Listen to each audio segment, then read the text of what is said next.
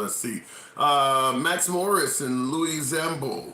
Elon Musk acquires Twitter. That is going to be the topic tonight. And I'm going to be asking, do you think that is a good thing that Elon Musk acquired Twitter? Or do you think that's a blow to sanity online? So the question we're asking, with Elon Musk now officially being the owner of Twitter, is that a good thing or is that a prediction of some serious consequences down the road? So we're going to see how the comments come in. That's what we're going to be tackling tonight. That's obviously all over the news. If you're on the right side of the aisle, that's obviously a benefit to free speech.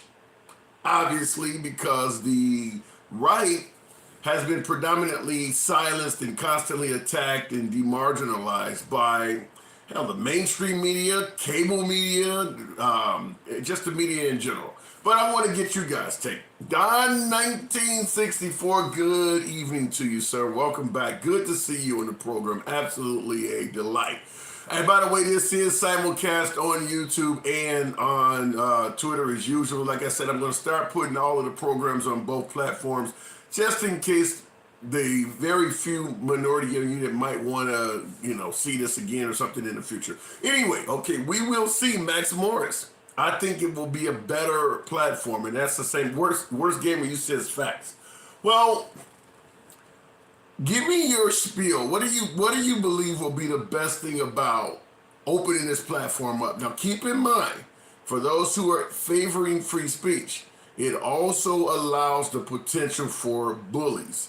And I'm saying that because children have just as much access to these social media platforms as adults. And children can be pretty damn harsh on each other. Let's keep that in mind. Mac 10, already getting the party started. Thank you for them roses. So keep that in mind, that children have access to these platforms, and children can be wild in terms of bullying each other. Mac 10, I see you. Hell yeah. So what do you think? What do you think in regards to giving and promoting free speech? Is this something that we should ultimately monitor in regards to juveniles, or do you just throw juveniles out there in this environment as well? So I'm kind of wondering from that angle. Thoughts about the $5 million unaccounted for by Joe Biden. Ripper number one, $5 million unaccounted for. What was the $5 million originally designated for? I'm not aware of what you're talking about, but I'm willing to discuss it. What was the $5 million you're suggesting that was unaccounted for that is falling under Joe Biden's watch? What was it originally allocated for? Appreciate that, Don. I'd better get Mac 10. Appreciate that. Usually in 1962, will Elon Musk limit criticism towards him or his companies? That is a really interesting viewpoint, and I would have never thought about that. Let me just ask you that. Let me ask you folks, if you purchase a social media network and there were people, I'm asking you this question for you viewers that are out there. It's quite a bit of you guys out there. Feel free to tap the screen and get my lights up. If you purchased, this is for my free speech folks who are definitely in the corner of free speech. I want you to answer this question. If you personally purchased a social media network and you had customers of yours or folks who did not like your business, maybe your competitors, getting on your social media network and saying all kinds of negative stuff about your business, which could hurt your bottom line, would you allow it or limit it? This is free speech. I want you to put in the comments, allow or limit. This is someone that is a competitor of yours that wants to hurt your businesses. Remember, you're for free speech. Would you allow your competitor, your hater, or whoever the hell it may be, a disgruntled customer, would you allow or would you limit their free speech knowing it could hurt your business? Let me see what the comments. I see a lot of allows. Mac 10 came out and said not allowed. Holla at you. Buddha0327 said you allow. User 954 said allow. Tutti Frutti number one said allow. Don 1964 said if it hurt my pocketbook, I'd stop it. Look, I don't know how, I'm not gonna, like I said, this is a no snowflake John. We do not judge comments, but I think there might be a few more of you that would probably do exactly what Don said, Don 1964. If somebody is fucking up your business, despite you being a staunch advocate in favor of free speech, if someone is hurting your bottom line, right now, for instance, Elon Musk is, he promotes the Tesla, the electric cars. What if Big Oil being in favor of fossil fuel vehicles, just took out huge ads and put it all over Twitter, promoting all of the negatives of not only electric vehicles, but specifically the Tesla. Every single accident, fire, or anything that went wrong with the Tesla, they made sure they took out huge articles and posted it all over Twitter. You own Twitter. You're going to let that go out there? Remember, you're for free speech. Would you let that go on there? Did the guy before Elon allow or limit it? Oh, it's obviously the reason Elon stepped up and purchased it, Scuba Bangs, is because things were being limited. Particularly Trump. By far, that's one of the biggest the biggest things that most folks, particularly on the right, are cheering on, is that the fact that with Elon Musk purchasing Twitter, we expect to allow Trump access to the platform. Now, Trump, which is another comment I want to get into, Trump is suggesting that he is not going to go back on Twitter. I'm going to ask you a hard question, because not necessarily because of the question being hard, but because of what I want you to put in the comments. Trump said he is not going to go back on Twitter. I want your comment, one word. Do you believe that is the truth, or is that a lie? I'm asking that. I know the audience I'm talking to, so it's going to be hard for some of you to say whether you believe Trump is lying.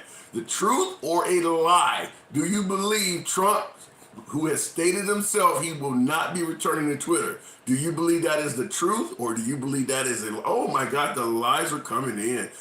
Stout Will, Joey G, what is the tour obsession with Trump? Trump is the motherfucking man. That's what the obsession with Trump is. Trump is the guy. You want me to talk about boring ass Biden? I mean, let's be real. I'm willing to point out different things that Biden is involved in, whether it's the ridiculous activity at the border, Kamala Harris going down there and not being able to answer questions. I talk about President Biden and his contributions to the Ukraine. We do discuss Biden, but make no mistake about it, Trump is a far more interesting and engaging politician. I'm sorry if you would rather not hear about him, but keep in mind, my audience is predominantly MAGA.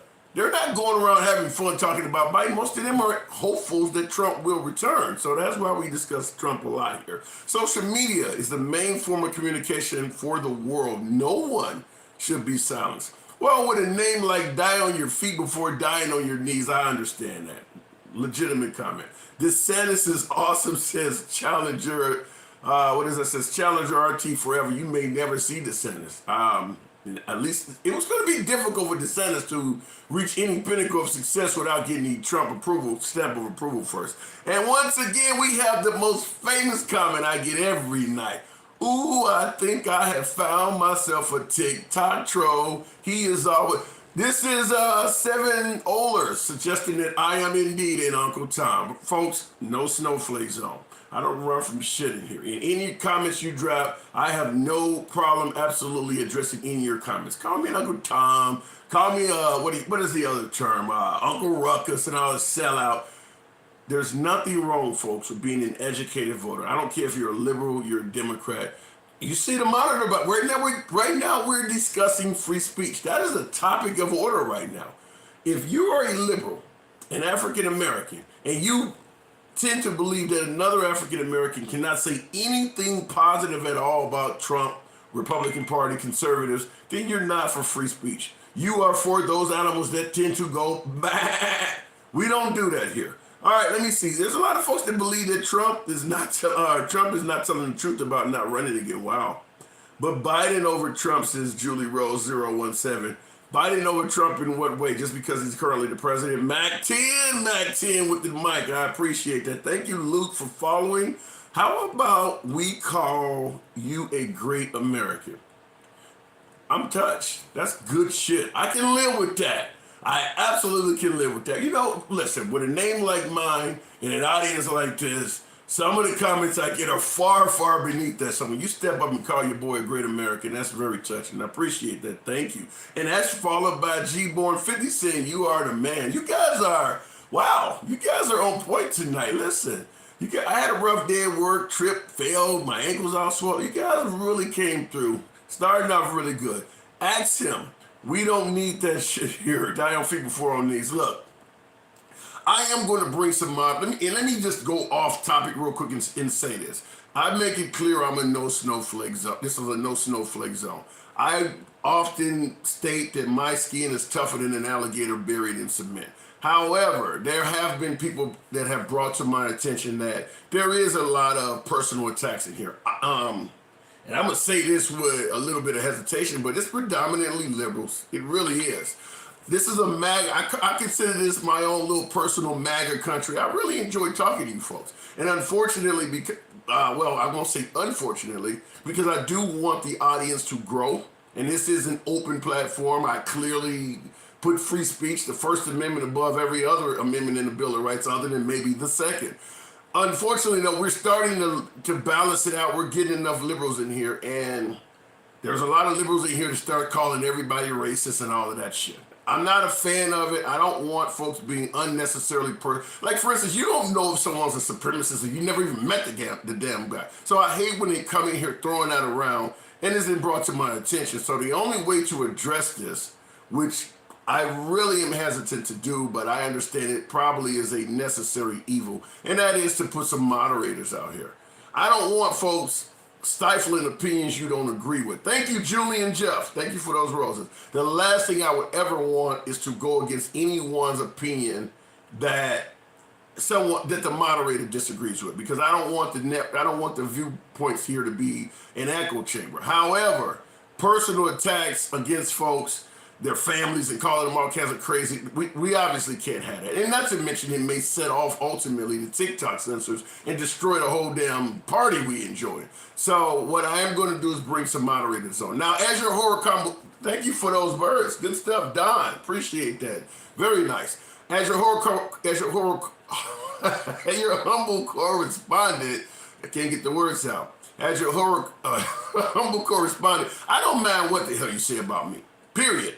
Like the guy just called me an Uncle Tom. I don't care what you say about me, but I do want to protect folks who come in and participate in the program. We had a woman on yesterday, and that was her first fear, is that she wanted to get on live with me, and I had to ease her concerns that she would not be attacked. I got her in here, and she actually did a duo with Harris Jordan, another frequent viewer of the program, and we made it work. But she was fearful of that, and that's unfortunate, because obviously when we talk about politics, everybody is not good at debating. Everyone is not good at hearing an adverse opinion. And boom, they start attacking you on a personal level, which has nothing to do with the viewpoint they originally disagreed with. Let me know how you feel about that, folks, in the comments. Moderators, I do not intend in any way, fashion, or form to limit your free speech. Let me make that clear to you. But folks get in here, and right now it seems like it is mostly folks on the left, and they say some wild shit. So we gotta curb that. Stout Will, glad I bring laughter to your day, okay? Trump 2024, Easy Matt 67. 2024 is not here yet, but I'm thinking you will like what takes place in the midterms. Katie, that bouquet looking real good. People actually think calling a black man an Uncle Tom isn't racist. Chili dog, that is what I refer to as a home run. That is true. Calling somebody you do not know and Uncle Tom is, to me, yeah, it's just as Hillary Clinton would say, deplorable as calling someone a racist. But like I said, I let it roll off my back. Your host here, I don't mind any comments that come my way, but I do not want it being reflected at the audience. That's where the moderators are going to come in. But we must limit, right? Sophie, when you say limit, what do you mean? Limit what? No snowflakes. Ryan, that is the phrase of the decade in here. No snowflakes. Let that shit roll up off of you. But I don't want it going so far. Here, let me make this point this way. When it gets to the point where you're calling everybody a racist or you're attacking people personally, you stop the original purpose of the broadcast, and that is for us to exchange opinions on how we feel about current events and politics. When you start calling somebody and Uncle Tom, for instance, it adds zero to the conversation. It adds absolutely. Even when I'm talking to you guys, I make it clear. You can tell me to f off all you want, and what do I always say? But make a point. Add something to it. Don't just throw out a blatant, useless insult. If you think I'm really throwing out something ridiculous where I'm criticizing Biden and you disagree with that, or criticizing Trump and you disagree with that, you can tell me to f off in regards to my criticism. But let me know what is angering you or what's getting to you. Empty personal attacks does nothing for what we're trying to do here. My comments are getting filtered. Freedom of speech. Anglo-American. Filtered by who? I made it clear here from day one. We've been doing these broadcasts a little bit over a couple months or so. I've made it clear from day one. The only thing that will get you banned in here is social media. Your host, your humble correspondent, as I like to say all the time, I will never ban you for anything you say. But if you're starting to call some of the other viewers all types of things that have nothing to do with the conversation, you go on somebody's profile and start talking about the children they have on there, or something personally about their looks or something like that, I'm going to start asking the moderators to get rid of folks like that. It does nothing for the conversation. You seem like a man with respect, common sense, and have a brain. And your name is Biden pooped in his pants. I think we may have talked. Biden pooped in his pants. Appreciate the compliment. Thank you. Good comment. Let's see. I think you do a great job, Mr. Green Mile. What is the actor that passed away, the Green Mile? I don't know what his name is, but every night I look like Shaq. I look like Mutombo. The other guy told me, what was it last night? Debo has his own Twitter channel. So I get that all the time. And I don't have a problem with that. I appreciate that. And I'm glad you're out here watching. You limit free speech in order to maintain order and respect. I don't want to limit free speech, Sophie. I don't want to limit free speech. I want to limit personal attacks that add nothing to the conversation. Let's try to do it that way. But I get what you're saying. And I'm not. Let me make something else clear to you, because you said you limit free speech to maintain order and respect. I'm not in here to make anybody respect anybody else. Sometimes folks say something that is dumb, so damn outrageous. It is hard to actually respect them. And let me change. I think my Wi-Fi may be going. Let me switch this over. I actually understand the point that sometimes folks may say something so crazy that it can be challenging to even respect the person for saying something dumb as hell. However, I don't want it to get to the point where you're launching personal attacks. My video may have messed up for a minute. I switched over, so sorry about that. To support Trump is low IQ. What a joke. Feel sorry for you if you really feel that way. And that came from Via 4Dub. To suggest supporting Trump is low IQ and you feel sorry for me, to me, in my humble opinion, means you don't understand a damn thing about politics.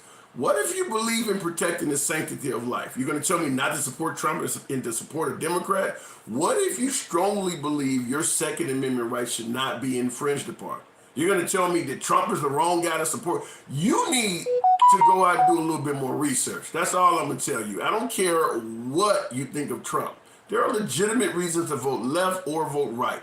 To make a statement like that shows that you're not very politically savvy. But once again, I'll say what I always say. I appreciate the comment. Let's see here.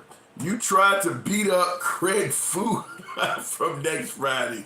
Okay, another Debo comment. Who is that out there? Okay, we got one already. We're going to talk to you once again with another name like Keystone Killer. We need to find out what's on this man. What's going on, Keystone? How's it going tonight, guys? Okay, go ahead. I didn't hear that. Try that again. Can you hear me now? Loud and clear, like Verizon. What's up? All right. You know, my point is like, I think we need to be 3 steps ahead of shit right now. Everybody's focusing on black or white or squat or stand to piss. And I don't think that's the real problem. You know, we might have World War III coming at our ass. And I'll guarantee you, nobody's going to be racist when we're all in trench warfare.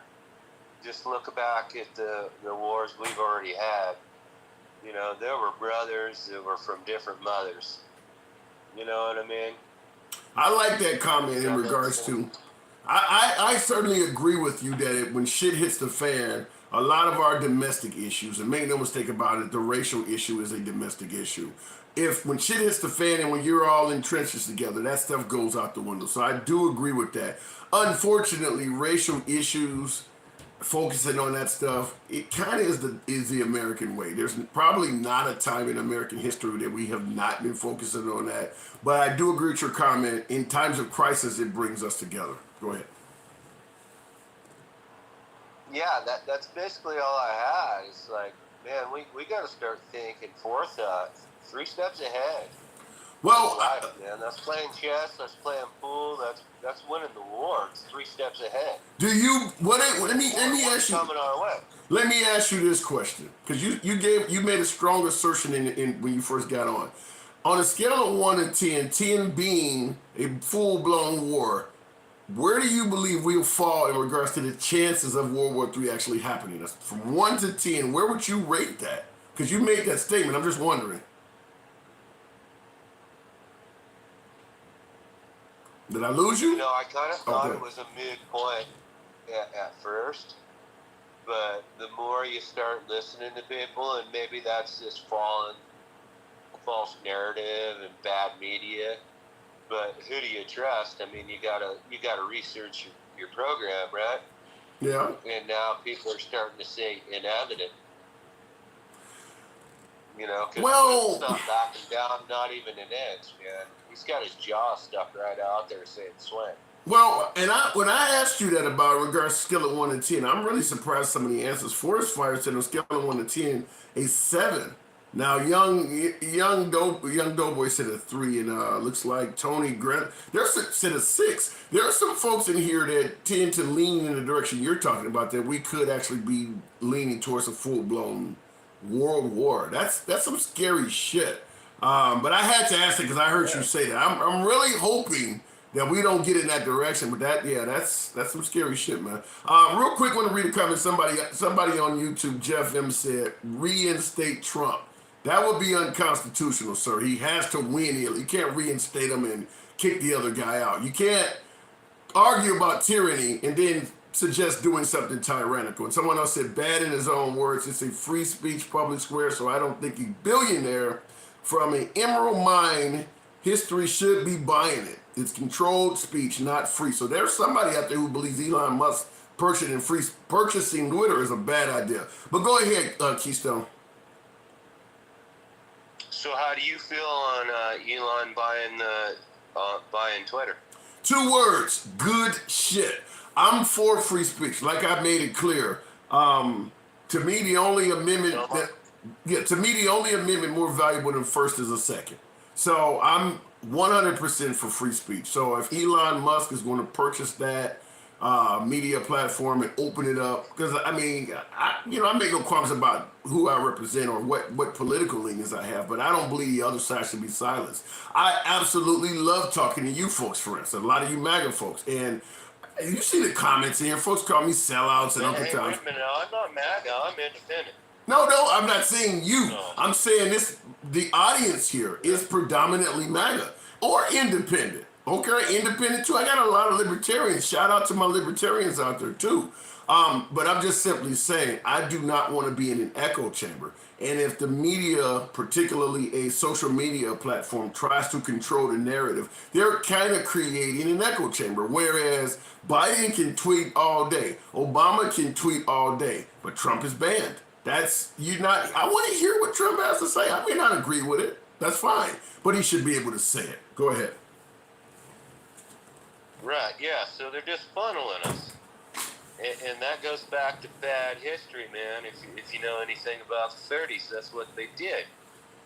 Shit, not even the narrative. Shit, damn the 1930s. They're doing it right now they're doing it right now in Russia. They're doing it right now in North Korea. They're doing it right now in China. It's happening right now. Somebody asked an interesting question I want to respond to. M3, are you allowed at Trump rallies? I would really hope so, and I've made it clear that if I was ever invited to a Trump rally, not where I'm watching this shit on closed circuit TV, I don't want to be in a gymnasium 2 blocks away, but if I could get to a rally and be in that crowd and feeling that energy, I would absolutely love to be there. Am I allowed to go? Why would I not be allowed to be at a Trump rally? So I don't know. I'm assuming you're trying to throw the R word around or something like that. But yeah, I feel confident I would be allowed at a Trump rally. All right, go ahead. Sorry about the Keystone. I just saw that comment and I wanted to address that. No, that was a great comment, and in my mind, I don't know of anybody that's not allowed at a Trump rally unless you're just on some kind of hit list. Well, if you're an idiot, you come out there and you're trying to shout down the president or you're being disrespectful, they probably wouldn't let you there. Just like in a liberal rally, if you come out to if you go out to a Biden rally or an Obama rally, you want to hold up pictures of dead babies and things like that, they're going to get you out of there. You're disrupting the message. So, and I'm for free speech, but at the same time, we came to hear the president. We didn't come to hear you. So that's the way I look at it. Yeah, amen, brother. Okay, fair enough. Well, listen, I got somebody else trying to get in. Once again, I got to tell all my viewers, anytime you want to call back, man, feel free to come on through, drop your comments in. Absolutely a friend of the program. You got any, Keystone? All right, you have a good night, man. Okay, we do have another. Okay, here we go. This is a new 6 Kelly. God bless you and your friend, said Sydney Wallace. Thank you. Free speech doesn't include hate speech, does it? RBB1. Hang on a second, 6 Kelly. This is a really good comment I want to tackle. RBB1296. No snowflake zone. You asked the question. Free speech does not include hate speech, does it? Yes and no. Actionable speech, let's go kill all darkies or all whiteys, something like that. No, that you can't make hate threats. But just simply saying, I don't like folks from the Middle East. That's free speech. Hate speech is protected speech. And I guess the way you'd have to look at it is that you don't want folks picking and choosing what they consider as hate speech. Like, white men can't dance. Is that hate speech? Depends on who you ask. So no, hate speech, for the most part, yeah, it is protected free speech. Okay, 6 Kelly, what's going on? Hey man, I'm from Pennsylvania too. I'm just assuming that Keystone dude was from PA. Okay. But I didn't ask, but go ahead. hey, listen, I wanted to ask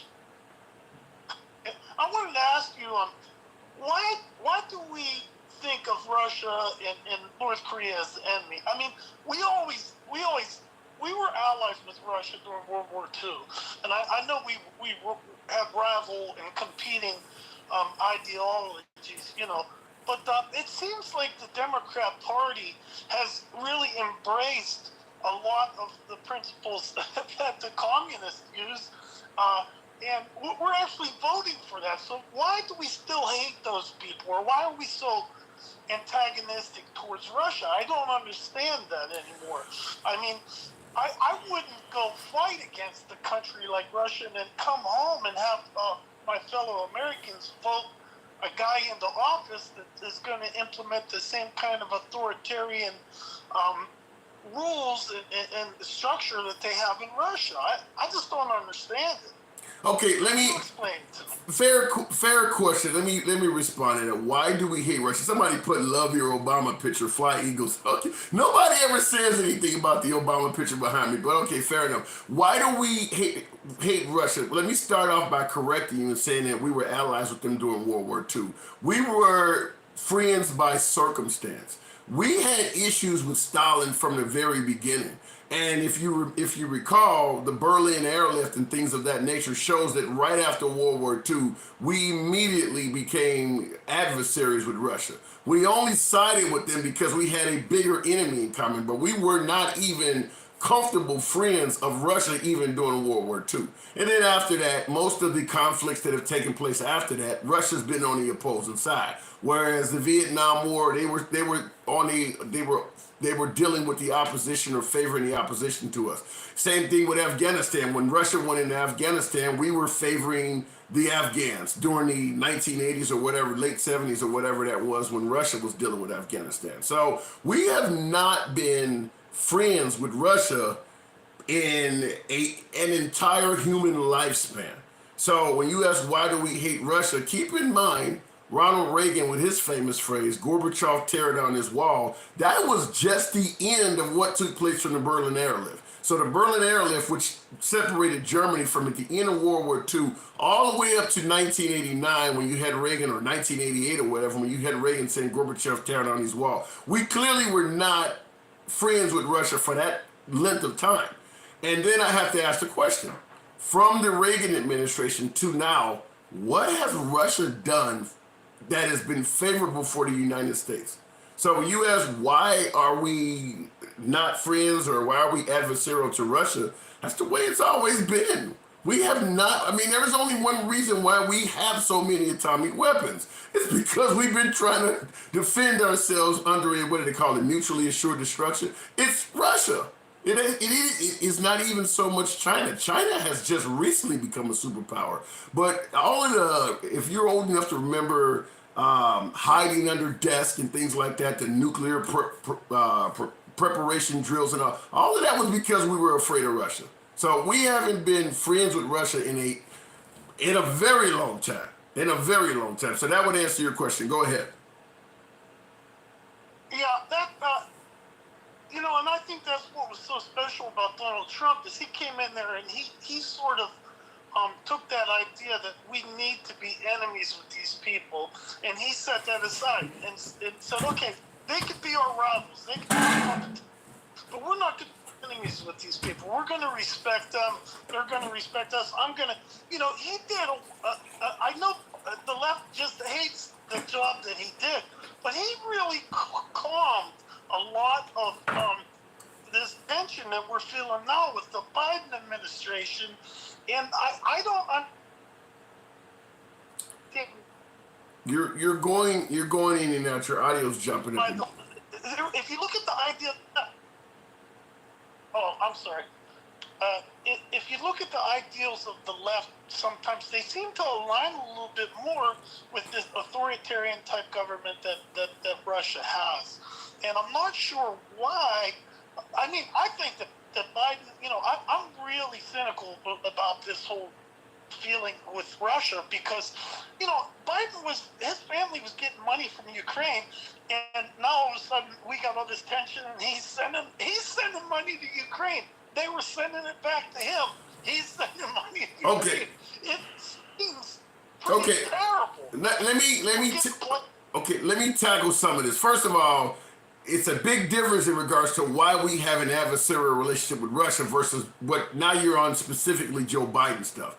In regards to Russia, let's just be clear. Russia goes against the democracy that we stand for. You do realize right now, Russia has banned Facebook, TikTok, YouTube. You cannot even use the word war in that country. Do you want to be friends with a country that bans democracy like that? Now, when you talk about the Ukraine, if you want to talk about the Ukraine, we can get into that, and there may be some legitimate points to that. But in regards to Russia, do you want to be friends with a country where the journalists that speak out against the government suddenly come up missing or get poisoned? You cannot run against President Putin in an election, otherwise your life may be in danger. Is that the country you're suggesting that we should be friends with?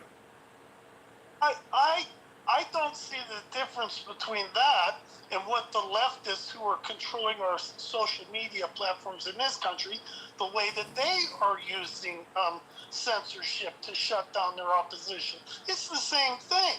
Like, we already have that. I mean, it's terrible. Wait a minute. You're comparing issues from the left. And if you want to talk about the left, if you want to talk about the way the left does the media, or even with this Twitter stuff, I'm willing to entertain it. But you're comparing the left to poisoning journalists and actually killing the competition. You're really putting the left on that type of a pedestal where you're saying that they're that bad. No, I'm not saying that. Okay. I don't think they would work to that level. That wasn't my point. My point is that they're having the same effect. No. On the right. Wait a minute. Hold on. I'm sorry to keep interrupting you, but let me just say this. In regards to you saying that they're having the same effect. If the left had the same effect as Vladimir Putin, Trump would be deceased.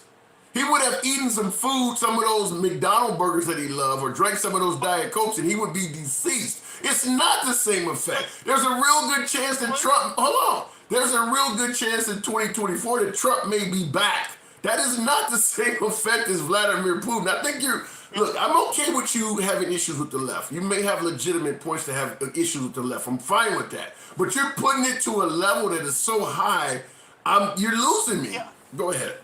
Okay, I agree. I got to step it back then because it's just a question of degree. I think the left was able to shut down Trump, take away his speech platform on Twitter and different social media platforms. They were able to silence him, and Russia silences people in a more drastic way. And yeah, it's terrible, but I see a similarity in the reasoning between the Russia and the left, and I don't understand why I should be so upset. I think that if things continue on this path, there will be a day will come when the people on the left decide that you're using hate speech, you're a terrible person, we're going to make you disappear. That could happen in this country. I know people think that it won't, but we've started down this slippery slope, and Okay. that's what I'm saying. I think the people have got more in common with Russia than they want to admit. Okay, fair enough. It looks like Jay Dillinger said that caller is right, so he agrees with you. Listen, I got to get back. I don't want to neglect the comments. I appreciate you calling in. I will address you one step further, but appreciate you coming through. Anytime, come on back. I don't totally agree with you. We'll talk about that, but anytime, come on back through. Okay. Okay. All right. Thanks. I think I may have cut him soon. Okay, fear, the caller is so wrong. Somebody said that. There's a lot of folks that agree with him, but I see Love My Life 2055 say he's wrong. Let me put it this way. There's a huge difference between what Twitter did, what Mark Zuckerberg did, maybe what Bill Gates did in regards to banning right-wing ideology. Appreciate that, dark skin. Thank you for that. There's a big difference between that and to me, I think the caller's taking it too far trying to compare it to Vladimir Putin. Because keep in mind, as biased as Zuckerberg or the previous owners of Twitter may be, Trump was able to create the Truth Network. Trump was able to go to Parler. If the left was like Vladimir Putin, there would never have been a Parler or a Truth Network in the first place. So while I understand the caller in pointing out a lot of things that the left does in regards to banning free speech, he loses me when he escalates it all the way up to comparing it to a monster, a war criminal. It's not that freaking bad. Just like how a lot of my folks, my MAGA friends, do not like taking a comment Trump saying and comparing it to a slave master because it gets to be outrageous. He's kind of doing it from that standpoint. Now, keep in mind, for you free speech advocates, taking a knee during an anthem is free speech. Setting the stars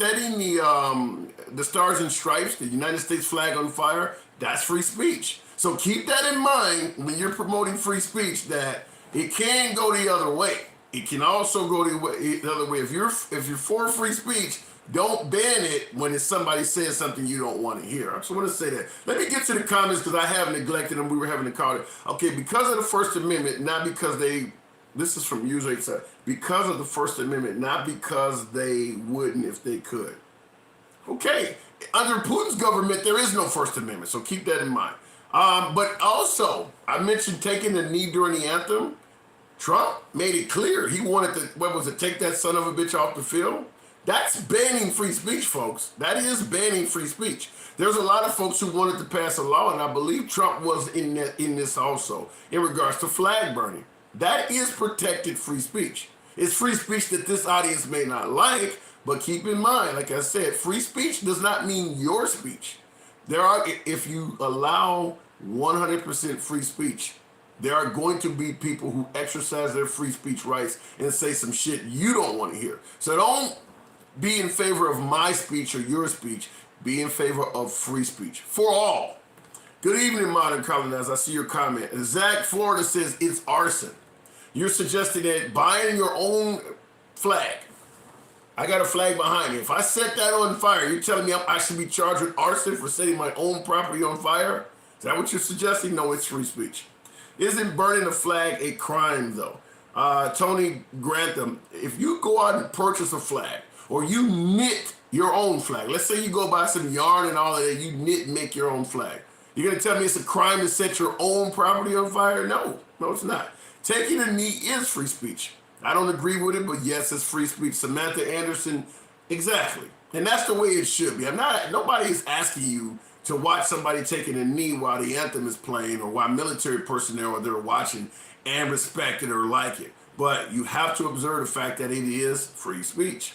I don't think he was comparing that level. The concept is like, okay, Lord of Delta, you're talking about the previous caller comparing what the left is doing to communist Russia. If you want to interpret it in special ways, I suppose you may be able to do that. But I'm just pointing out that Vladimir Putin has been killing and poisoning people. You cannot even run against the guy because even though he's claiming it's a dictatorship over there, it's a democracy, it's essentially a dictatorship. I can point out issues with the left, but it just doesn't go to that extreme to me. Yes, true. Okay, here. The NFL also lost a ton of viewership. Also free speech. That is true. Real Trucker Jeff. That could also happen on Twitter, by the way. That could also happen on Twitter. If you start getting a host of folks in there that speak out against what's going on in Florida, for instance, with Disney and the LGBT issues, you may start having corporations that sympathize with the LGBT community doing exactly what you said folks did to the NFL. You're right. Free speech does not mean free of consequences. Good comment, Real Trucker Jeff. Free speech only protests you from the government. I don't get that. C. Davis 6060, free speech only protests you from the government. I don't get that.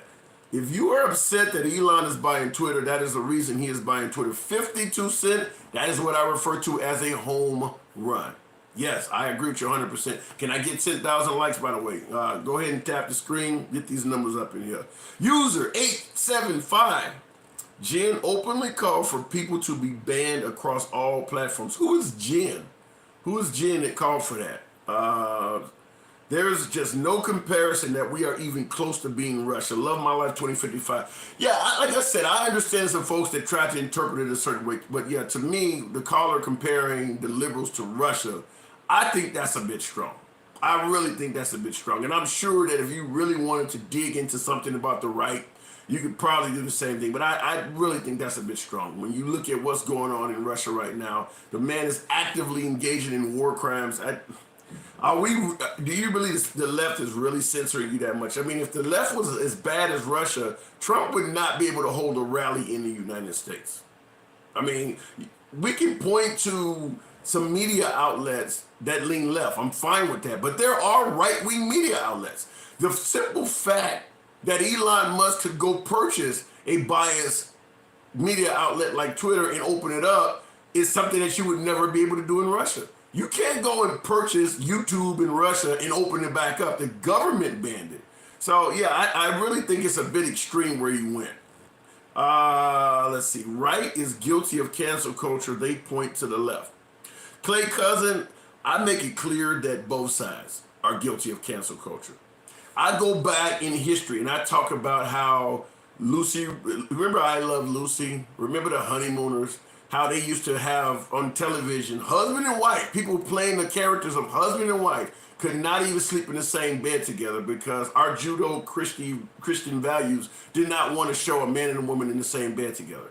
You would not have been able to put a program on television in the 1950s or 60s that featured someone looking like me kissing a white woman. That's cancel culture. We can go up to Murphy Brown. I bring it up. Murphy Brown with Dan Quayle. Remember Dan Quayle went against Murphy Brown because that program showed that a woman could actually succeed in society without a husband, and they got pissed off at some simple notion of that. Remember Ellen DeGeneres in the 1990s and her sitcom came out as a lesbian and they wanted to cancel her whole fucking program. Cancel culture has always been here. The only difference between cancel culture of the past and cancel culture currently is the folks doing the canceling. It generally was based in the past on canceling things that if it fell outside of the realm of Judeo-Christian values, if it didn't fit in our biblical Christian values, if you did something outside the scope of that, like putting two men kissing on TV, they would cancel you. And of course, obviously, there was a element of promoting Caucasian supremacy. That's the way it used to be. Now, the groups that used to get canceled, minorities, women, LGBT, they're the ones doing the canceling. And if the folks who used to do the canceling, they're the ones that are saying that I'm being victimized by it. But cancel culture's always been here. This is nothing new, folks. It is nothing new. It has always been with us since the country was founded. Is carrying a Confederate flag in the Capitol free speech? Megoro 369. I would say yes. Now, if it's breaking and entering, then that's different. But if you went on a tour of the Capitol building, a tour of the White House, and you had a Confederate flag on your jacket, or you had one folded up in your hand, yeah, it's protected free speech. It's not illegal to have a Confederate flag in your possession. So I would say, yeah, it is. Now, some might deem that it's inappropriate. Some may say they don't like it. There's a lot of folks who don't like the stars and bars. But is carrying that in the Capitol building free speech? I would strongly say yes, it is. Don, appreciate that graphic. I like that. Yeah, it's legal. That's Trump's free speech, says Florida. Okay. Just because the left doesn't have control of all platforms, if they could get away with it, they would. And that came from James Ding 19620. Well, you might be right in saying that if the left had control of all platforms, they would do some shady shit. But keep in mind, Trump suggested that burning a flag should get you 5 years in prison. He was not a fan of taking a knee. He wanted people getting kicked off the field. If the right had control of all media, they would do some shady shit as well. It's called power, folks. I'm not defending it. It's called power. Both sides would go a little bit further than they actually had control. You want to talk about the fucking left and not bring up the Patriot Act. Where my libertarians at? Where the hell is my libertarians at? You're going to tell me the Patriot Act did not go too far in limiting freedoms? Warrantless searches and all of that shit that came out during the Bush administration? Do not tell me that only the left will limit your freedoms. Do not tell me that with the Patriot Act floating around out there. That's just want to tell you that. And don't ask a liberal. Go ask a libertarian how they feel about the Patriot Act. Even to this day, the Patriot Act was supposedly created to protect this country from foreign terrorists. What are they using it against? Drug dealers, folks committing Americans, folks committing white-collar crime. They're using that shit against our own citizens. That is a right-wing piece of legislation, the Patriot Act. So don't tell me it's just the left. The teams aren't required to allow kneeling. Real Trucker Jeff, I don't know what the NFL contract is, but I don't believe that if they kneel, that they can kick a player off the field. In fact, let me put it this way. Even if what you're saying is true, and I don't believe it is, I don't believe there's something that bans players from kneeling. If you did do it, it wouldn't be in the best interest of the team. Particularly if the guy is kneeling for racial-related issues. The NFL is like 70% black. If you have an African-American on the team and he's stating that he's taking a knee because of racism and you start banning him, you're gonna hurt the league in the other direction. I understand in this direction it hurt the league because folks like yourself started not tuning in. Well, if you do it on the other side, you might have African Americans not watching, folks not wanting to play on the field. I mean, it can go both ways. Yeah, just looked it up. Tony Grantham. You looked it up in regards to carrying the Confederate flag in the Capitol building. Megoro. Ooh, I like that. I never seen that hat there. Thank you. Our freedom of press is being used as a weapon against us. Right now, press is manipulating the masses. Via 4W, right now? Right now, the press has always been manipulating the masses. I can tell you as a child, I remember hearing other folks that look like me complain, why do they always put the worst speaking black folks on TV, the most ignorant ones? Even now, I will point to somebody who I actually think is quite intelligent, quite effective, but she does the exact same thing. Candace Owens. I don't disagree with a lot of stuff she says. She's intelligent. She makes some good points. But she focuses on negativity. She looks for the worst in our community to display it. You will never see Candace Owens at a historically black college talking about all of these folks graduating with A+. No, she goes and finds the ones that dropped out. So the media has always been manipulative. It's literally always been there. Trump was wrong for that. I support Cap's right to take that knee. Modern colonizer. Yeah. It's protected free speech. It's protected free speech. Trump wanted to take guns and then go to court. Clay Cousins, that is a often silenced fact. Trump did, after the Mandalay Bay shooting, I believe it was in 2017, a guy in Mandalay Bay literally went in a hotel room with as many AR-15s as he could muster, took out the window pane, and shot across the street, Las Vegas Boulevard, to a concert on the other side. Trump did talk about, well, he did ban bump stocks, which there's not a lot of concern for banning bump stocks, but he did do that. But he did also suggest sometimes you have to fight with the NRA, and he was talking about limiting high capacity magazines. That came from Trump, and you don't hear that mentioned very often, but that is a true fact. And someone, for one small time in Trump's history that I can remember of in this term, somebody got in that man's ear and made him change his mind. I don't know who it was, but I would love to find out. Like, who the hell had the power to actually get in his ear and make him change his mind? Because he don't normally do that. We need to get that guy again, because that guy could make Trump a very effective president. But somebody got in his ear and got him to change his tune on the NRA. Says, you are 100% correct, Willie B76. Thank you. Colin is never getting back into the NFL for that reason. Jay Walker, you're probably right. But it's not just taking a knee. The NFL did seriously entertain bringing back Colin Kaepernick about 3 years ago.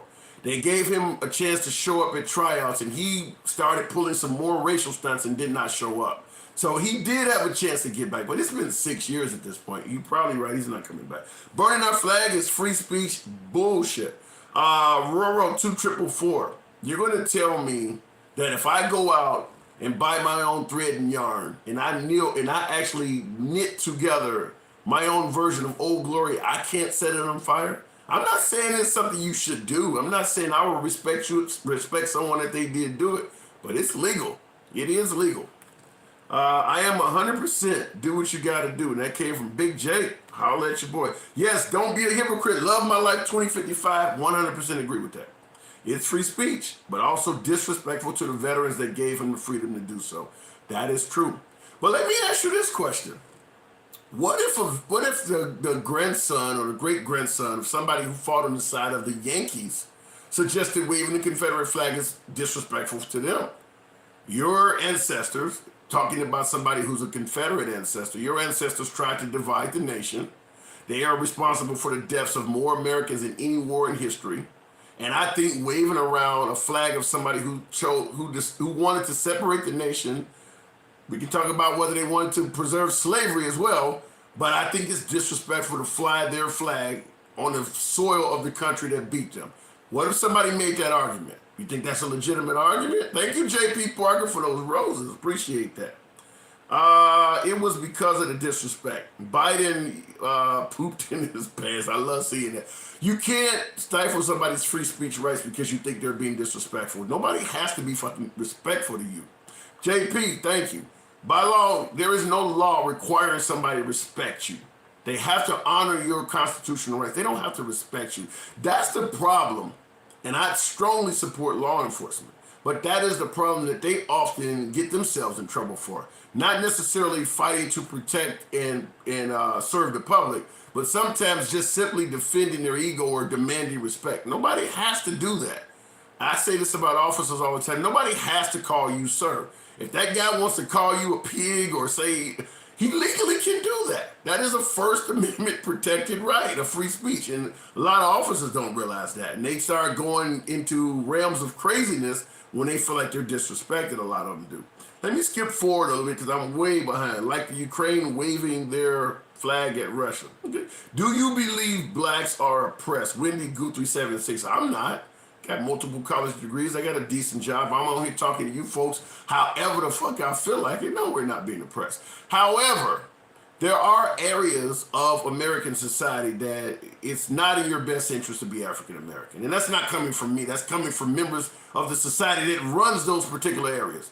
There's no shortage of police chiefs that admit it's not in your best interest to be African American, and they're trying to fix damage is done in their departments. That's coming from the police themselves. There are plenty of police chiefs that admit that. I believe Paul Ryan has said stuff like that. So there are areas. And by the way, if you're walking down the streets of Chicago at 2 or 3 o'clock in the morning, it's probably not in your best interest to be white. So there are areas. I don't want to call it privilege, but yeah, there are areas where shit can happen based on skin color. But I don't believe that African Americans are oppressed. There's plenty of money in the African American community. If you want to get up off your ass, get educated, and get a job, ain't nobody stopping you from doing that. Let's see. Middle Easterners are oppressed too.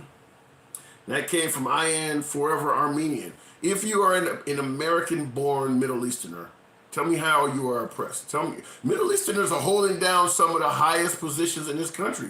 There's plenty of Middle Easterners that are operating as engineers. A lot of our medical community is Middle East. How are you going to tell me that Middle Easterners are oppressed? I want to know in what way. Maybe you, like I said, always, you can tell me where to fuck off. Maybe I'm getting it wrong, but I want you to elaborate on that. Tell me how Middle Easterners in America are oppressed. If Trump gets back in, all people will be oppressed, says Piano Man 181. That's not true. That's not true. Trump served for 4 years already. I was not oppressed under Trump. I didn't agree with all of his legislation, but I was free to do whatever the hell I wanted to in the United States. Bought vehicles, lived in different cities, traveled abroad. What do you mean everybody would be oppressed under Trump? That doesn't make sense to me. It should not be flown in this country, but its history needs to be taught. Patrick08140. I agree with that spot on. I don't believe that you should be able to try to succeed from the Union, start a war with the country, lose the war, and fly your flag on the soil of the victor. No, I don't believe that. That's just my take. I know this audience probably disagrees on a lot of levels, but no, you lost the war. To me, a Confederate statue is a participation trophy. You lost. You lost. You're no different than somebody who came in second place wanting a trophy. You didn't win. You lost. You want to honor your ancestors. You can have a picture of them in your crib. You can have a museum, but you lost. Why do you have statues all over the country of folks who lost the war? I know that may not fly very well in this group. I'm willing to take the heat for that, but to me, a Confederate statue is a participation trophy. We could do without the Confederate stuff, says Real Trucker Jeff. Both Dems and Republicans have races. I am also talking about people in power in the business world. Barack Obama, Ciroc, like the drink. I love it, Barack Obama. Agree with your comment 100%. Spot on comment. There's racism all over the damn place. Who currently calls for another civil war? They want another loss. Let's hope that doesn't happen. Why can you fly any flag that's not ours then? No, you can't. I don't think you would get away with flying the ISIS flag. I don't think you would get away with flying the swastika in many places. I understand there's some supremacist groups that like the swastika, but you're not gonna go get a big ass stick and put a swastika flag on the back of your pickup and see how well that goes. No, you can't fly anybody's flag. Or go put an ISIS flag on the back of your truck and go driving down the street and see how well that goes. No, you can't fly any flag. Legally you can. But the citizens might not be very welcoming. Just going to tell you that. Want to give you that disclaimer to prevent you from getting your ass kicked. Discriminated against, the right word, okay. All right, that happens. That absolutely happens. Because some think all Islamic people are terrorists. Carolyn Bunch, when you guys want to talk about bias in the media, particularly in this crowd, is generally how bad the media treats the right. But you just said, Carolyn Bunch, in regards to how the media portrays Islamic as terrorists. That is true. Let me give you the words I often talk about. In our particular diction in this country, in our diction, our wording, we have words that are particularly designed. Oh, JP got me sporting the hat. I like it.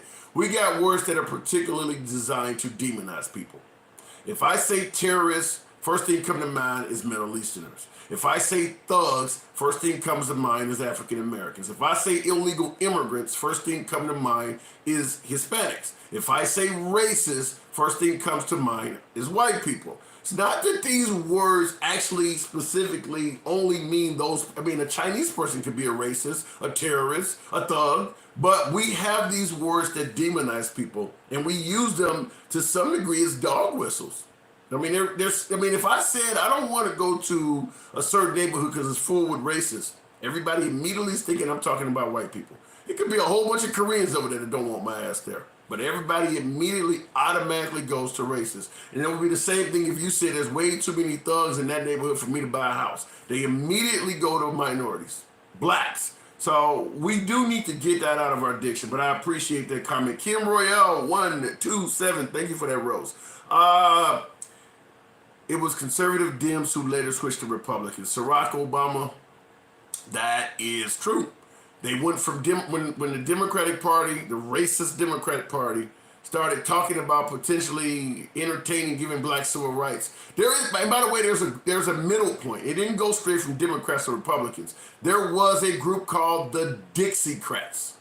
They were still Democrats, but if you guys are gonna be talking about all that civil rights bullshit, we're gonna still honor Dixie. So we're Democrats, but we're Dixiecrats. So it went from Democrats to Dixiecrats, and then it went full-blown Republican. That's how the party switch took place. Trump 2024 says Jesse Meadows. Well, the path is there. The path is there. So if he runs, I don't know if he's going to win, but the path is there, and Biden is not looking that great.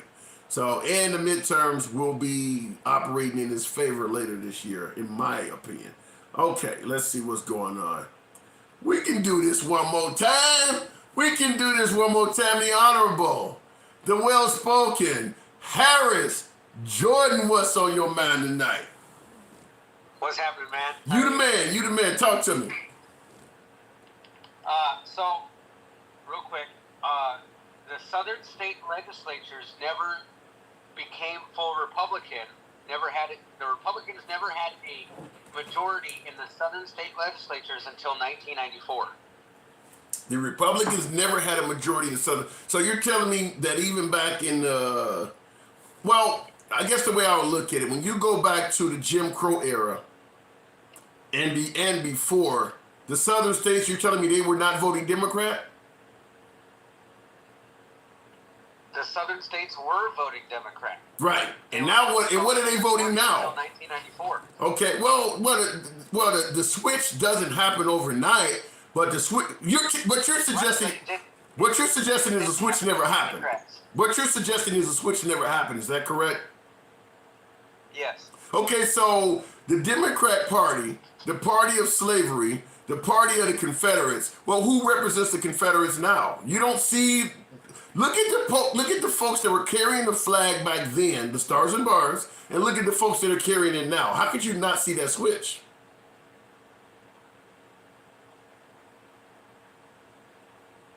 Because there's a difference between the people who support the hate behind the people that support that and the people that only want to support the South. I'm just simply talking about this. Right? Because there's a difference between the South will rise again, right, which is a hateful statement, and heritage, not hate. There's a difference between those two ideologies. Okay, I don't. Okay, by the way, somebody asked me what is my thoughts on Key and Peele. I think they're pretty funny. They touched on racial subjects. So did Dave Chappelle. I wanted to show you this video real quick. Okay, be careful. Be careful with the video because TikTok has taken folks down and tried to show me videos. But you can go ahead, make it happen. Oh, I know. It's not. It's trust me, it'll be fine. So this is Joe Biden during the campaign. Okay. And I want you to listen closely to what he says. All right, go ahead.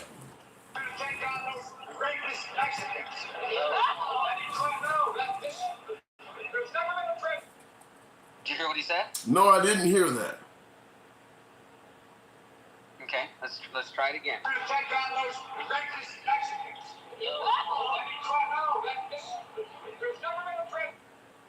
Something about Mexicans. Tell me what he said. Okay, just tell me, what is he saying? He says, I'm going to take on those rapist Mexicans.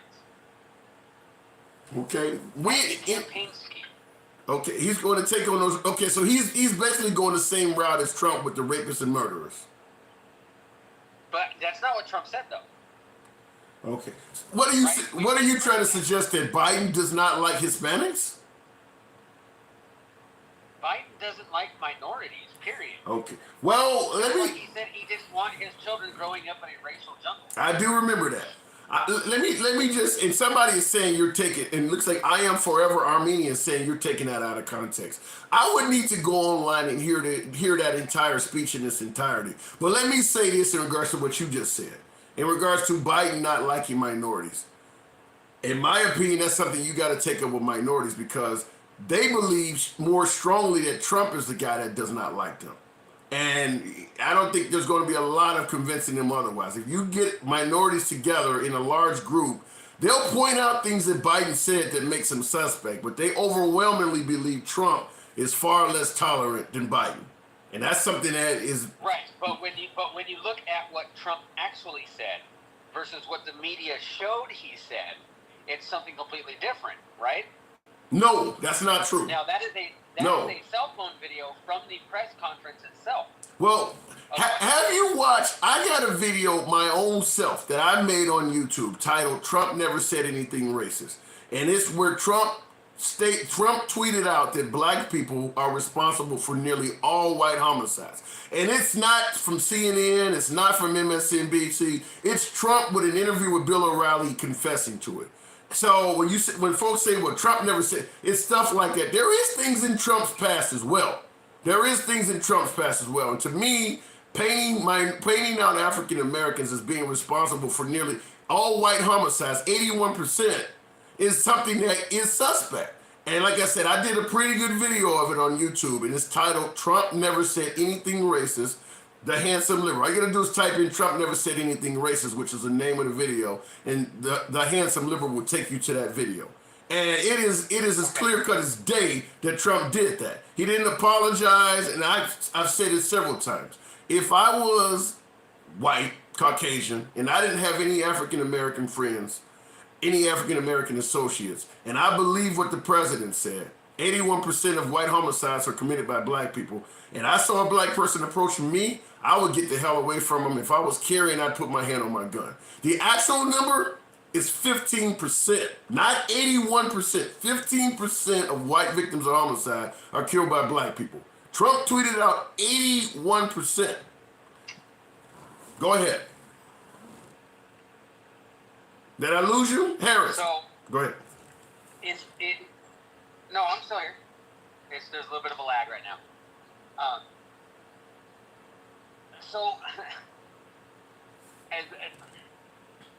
So we're going back to, okay, well, maybe Trump didn't say what we think or what they portrayed him to say in this speech, but because he said all of these things way back when, we're just going to ignore that thing that he didn't really say. Well, right? I want to, in being fair to you, I'm going to, what the video you sent me, if you will, my email address is on my profile. I would love to see that clip, what you sent me, but I want to hear the speech in its entirety. You can take any snippet out of a speech and make it sound terrible. So I do want to hear, in being fair to you, I will look into what you have, but I want to find it also in its entirety. Now, real quick, somebody said, in regards to what I said, that was him being wrong. This is Don 1964, definite friend of the program. In regards to what I just said about the homicide rate, he said that was Trump being wrong, but that's not a racist thing. You don't know what's in his heart. That is 100% true. I don't know what's in his heart. However, I will say this. When you tweet out something that is that wrong, so wrong that Bill O'Reilly told him, you can't tweet stuff like this out there. You serve yourself up on a platter to people thinking you're racist. Bill O'Reilly told him that. And I will say this, I don't know what's in the man's heart, but when you tweet something like that out there and you do not apologize for it and you leave it hanging out there, regardless of what's in your heart or not, you cannot blame somebody for having an adverse, negative reaction to that. And he absolutely tweeted this out. This is not even remotely up for debate. We can talk about Biden. We can talk about shit from Biden all day long. But what I just gave you on Trump is 100% certain that took place. Go. Okay. So, looking at the 2019 statistics, it says that 81% of white victims were killed by whites, and 91% of black or African Americans were killed by blacks or African Americans. Okay. So, that tells me I mean, it doesn't really tell me a whole lot about, cross race. I'm still looking at that. But it tells you that Trump was wrong. It tells you what Trump said was wrong. Of black homicide victims are black suspects. Right. Exactly. And for what? In other words, you tend to have conflict with people that you are around. The way Trump made it sound like it's just like African Americans are just branching out and going all over Boise, Idaho, and places like Billings, Montana, and just smoking white people. That's where it's a problem at. Is the way you're right. Your numbers sound closer to the truth. Now keep in mind, when Trump did that, the FBI, because it became so controversial, the FBI immediately corrected him because folks were going nuts over it. Real quick, somebody said something on YouTube. My comments on YouTube is actually censoring my comments. So whoever's commenting on YouTube, give me a minute. I have to give YouTube permission to unhide your comments. This pisses me off. Go ahead, Harris. So here's. We were supposed to, as mentioned, be watching you on a debate stage right now. We're not doing that, so let's clear up a few things from the last one. You were asked point blank to denounce white supremacy. In the moment, you didn't. You asked some follow-up questions. Who specifically? A couple of days later, on a different show, you denounced white supremacy. My question to you is, why does it seem like... I denounced white supremacy, okay? I denounced white supremacy for years. But you always do it. You always start off with a question. You didn't ask Joe Biden whether or not he denounces Antifa. I watched him on the same basic show with Lester Holt, and he was asking questions like Biden was a child. Well, so this is a little bit of a dodge. So he has denounced white supremacy. Well, I'm aware of that. In fact, I saw that live when that was done a few years ago. But you keep in mind what she was pressing them on. She was essentially saying, "Why have you taken so long?" So that's what she was pressing them on. No, that's not what she was asking. What she was asking is, why did you take a second in your first town hall? Why did it take you? Why did you hesitate? And why did you ask which specific group are you asking about? He was asked to denounce white supremacy, and he said, "Name me a group, and I'll denounce them." Okay, at this point, I'm going to give you this. I'm going to give you the Hillary phrase. At this point, what difference does that really make, though? This stuff is years old at this point. Because facts matter, right? Facts over feelings. It doesn't matter what you feel as long as the facts are right, or as long as you understand the facts. Well, let me stop you and tell you. Okay, you said it doesn't matter what you feel. Facts are more important. Technically, you're absolutely correct. However, when it comes down to casting ballots, you're not. Trump lost the election because of how people felt. So, in regards to facts matter, if you're in a court of law, for instance, yeah, facts are more important than any of your damn feelings. But when it comes to actually casting ballots and winning an election, people's feelings do matter because we both know, you and I both know, people vote based on their feelings. So if people feel that he is a racist and he does nothing to correct their feelings, they're going to vote based on their feelings that he's a racist, and that can cause him to lose. Go ahead. Well, but that's the problem, right? We vote based on feelings. That's not going anywhere. That is not. People have been. Hang on. People have been told that their feelings are more important than what is right. Okay, let me say something real quick. Because of this safe space stuff, people don't vote on facts. They vote on emotion, and I don't think that emotion should play a factor in it. Well, only be. That's fine, but you do not get to dictate why somebody else votes. Let me just say something real quick. There's someone on YouTube. His name looks like Russian character, so I can't even try to pronounce it. I'd rather live with bigoted. Hold on. It says I'd rather live with bigoted idiots that say egregious things in the name of free speech versus living in a liberal woke ass bubble at the cost of not being able to say a damn thing. YouTube banned that comment. Also tired of being labeled a racist because I am white. If I offend anyone, go fuck yourself. But really, it's about damn time. Been liberal left whole life except this past year. Strong feelings.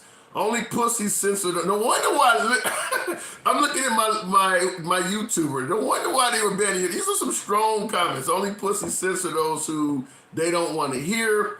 Obviously, you don't know about taking a knee and all of that stuff. Fuck yeah, it's good. Freedom of speech for all. Yes, it's a private account, but media bias towards SJW idiots. What is an SJW idiot?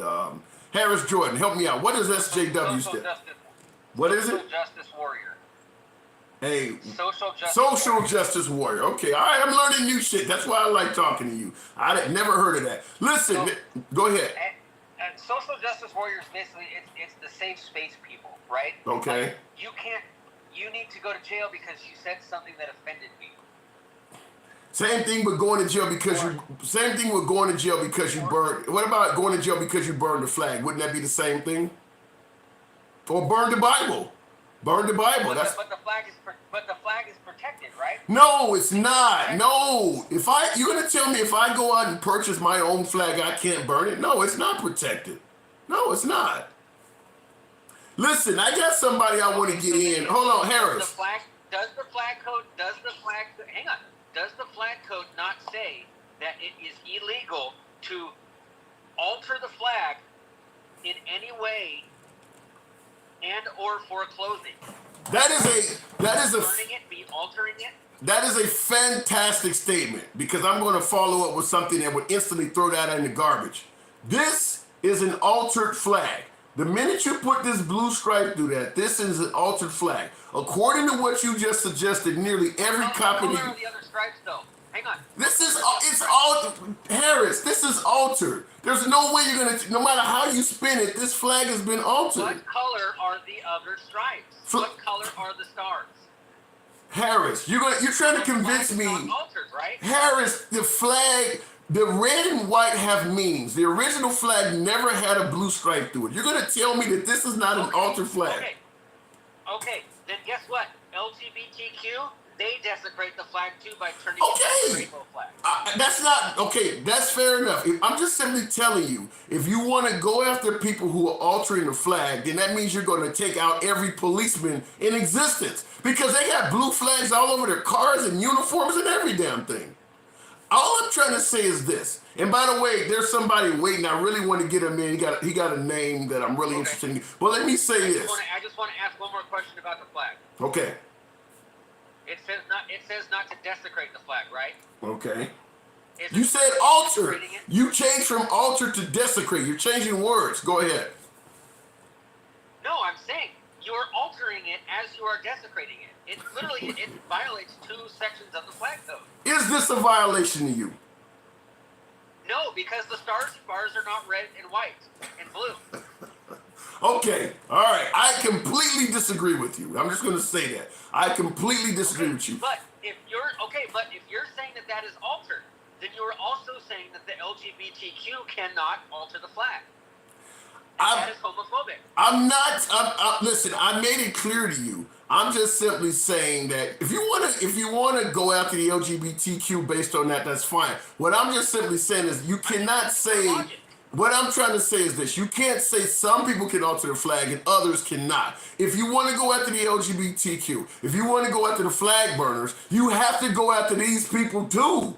They're all altering the flag is what I'm telling you. Okay, then go after BLM. They alter the flag.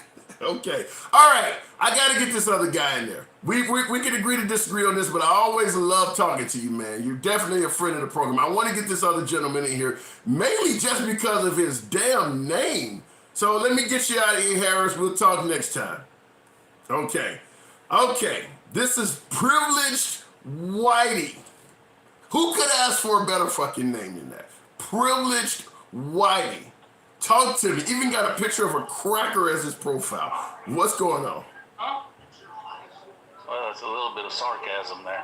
You got a cracker on your profile. What do you want me to do? Get on my knees and thank God? Talk to me, man. Talk to me. No, not you're being sarcastic. I'm being sarcastic. Yes, indeed. My picture. Yes, indeed, Troy. What's on your mind tonight? So, I am a huge conservative.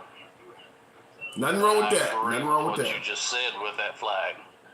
I agree 100% with what you said with that flag. Thank If you. you're going to condemn one, you got to condemn them all. Absolutely. And I think that's where we have a problem, is nobody wants to stop and think about what the other side's talking about.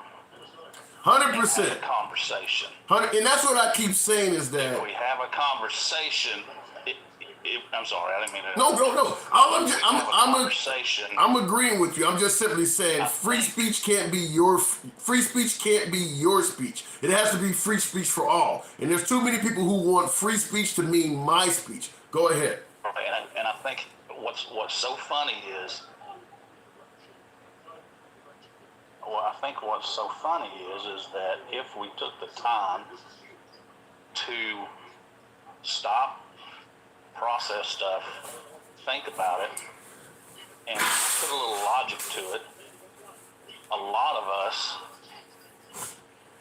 are the same. Absolutely. Well The said. problem is, as soon as you say one thing that I may not like or may not agree with, I all of a sudden go off on your world and say, no, you're wrong, you're blah, blah, blah, blah. That's where we have our problems at. I agree with that, and that is. You and I can sit here, Yep. and I'll guarantee you we could be on opposite sides, but there's going to be a lot more that we agree upon than we disagree upon when it comes to loving our country, we all want to make money. We all want to live a good life. We all want to have security and have a country that we're not running around scared to death. You know, this is the first time I've ever had to carry a gun with me to go to work. That shouldn't be that way. Really? We shouldn't have to do that. Well, America's been. I mean, do you think so? Let me real quick. I'm gonna. Go ahead. Yeah.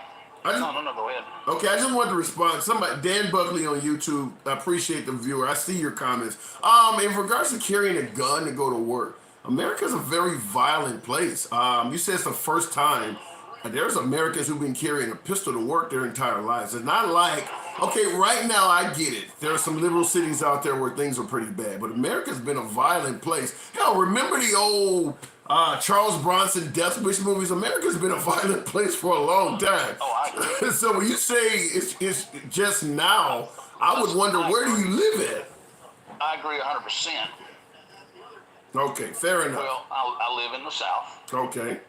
And we're one of the last few that used to sleep with our doors unlocked, and in the rural country areas, we didn't have to worry about that stuff. We would go to sleep all the time with our doors unlocked, our windows open, so we could get the fresh air of the night. You wouldn't lock your cars, and you wouldn't have to. But now, no matter where you live, it doesn't matter if you live in the country, if you live in a rural area, if you live in the city, where you have to lock, and you have to protect yourself. And I hate that we're that way, but we are that way, and that's okay. We can be okay doing that. But what I'm more worried about us. There's such a divide in this country, and it's all because nobody wants to take the time to actually have a conversation, and nobody wants to swallow their pride and say, you know what? You make a really good point. Well, I might be wrong about this. Let me say something in regards to what you just talked about. Somebody in the comments said, "This is Dr. Hart saying we need to secure the southern border." I'm not going to blame the illegal immigrants for all the crime in America, but securing the southern border is a start. But yeah, the country is violent. I hate that it's come to what you're suggesting, where even if you live in rural areas, out in the middle of nowhere, you still gotta be armed all the time because you never know what may come up. That's it. Your background, you got something going. Your background's getting a little loud. Can you hear me? Your background's really loud. Shoot, hang on, sorry. Okay, real quick, I'll read a comment while he's doing that. From YouTube, yes, the black USA flag seems altered, but Elon, okay, real quick, hang on a second, Privilege. I'm reading a YouTube comment from Dan Buckley. He said, Elon said he hopes his worst critics stay on Twitter because that's free speech. I like that. I like that comment. Okay, Privilege, go ahead real quick. I got somebody else trying to get in, but go ahead. Privileged Whitey. Did I lose you? All right, brother. No, that's fine. I've said what I said. No, I'm here. Absolutely. Can you hear me? Yeah, I can hear you loud and clear. Well, I got somebody else trying to get in, but like, I appreciate you coming on through, man. Go ahead. It's all good. It's all good. It's the first time I've seen your show. Hopefully, I'll be welcome back. And, Absolutely. I can say one thing. I love you, brother. Thank Whether you. you're left or right, I love you. Thank you. I appreciate and that. Have a good night, man. Appreciate that. It's an honor. Anytime, come on back through. Yes, sir. All right, I like the cracker. I like that. Very sarcastic. Don't Mexico owe us a blank check for the wall? Laughing my ass off. Clay Cousin, I see you. I see you. You've been dropping some gems in there. Forest fire. Supreme Court ruled that if you own the flag, you can burn it if you want. I don't agree with it, but exactly. Forest fire, excellent comment. And that goes to my other previous caller, Harris, which was suggesting that it is a crime to burn the flag. There you go. Forest fire is making it clear that the Supreme Court has ruled on that. Feel free to do your research if you disagree. Appreciate the comment, Forest Fire. Hey, friend says, cornbread, bumpkinhead, how you doing? Welcome back. Why not enforce the laws on the books regarding the southern border? Flight 454, another frequent viewer. The reason they don't enforce the laws on the southern border because it doesn't benefit the enforcers. I say it all the time, when it comes to enforcing the border, the Liberal Party likes illegal immigrants because they ultimately get naturalized and they turn into liberal left-wing votes. The right likes the illegal immigrants coming in because they turn into cheap labor, and the right-wing party supports big business. Big business lobbies to the right-wing party to come up with ways of letting them in because they undermine U.S. labor laws and they allow them to work for cheap. The only person that I can think of, at least in our lifetime, most of our lifetime, that defended the border is indeed Trump. And I say that because Ronald Reagan granted illegal immigrants amnesty, thousands of them. George W. Bush is known for saying they will do jobs no Americans want. So there's your right wing. That's your right wingers that's been in since we've been around. And then obviously, President Obama, there is the separating children at the border. So Obama may have actually entertained it as well. Keep in mind, Rush Limbaugh used to refer to President Obama as the deporter in chief. So I may give Obama some credit also, but Biden gets no credit at all. But yeah, both sides want illegal immigrants in here. That's why you have such a high number. And that responds to your question, Flight 454, about why not just enforce the laws? They don't want to. Let me scroll forward to the comments. Can I call in that Russian guy on YouTube? Unfortunately, there's no way for you to do it on YouTube. I would invite you to go on TikTok, same name, The Handsome Liberal, and you can call in on TikTok. But right now, I don't have it set up where I can put you on live on YouTube. We are running a simulcast on YouTube for anybody who gives a damn.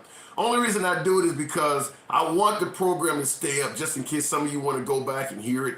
The very few who might want to actually hear this program, rebroadcast or whatever, the whole program will be on YouTube under the same name, The Handsome Liberal, in the same title. Elon Musk acquires Twitter. Is that good or bad? Don't know the number.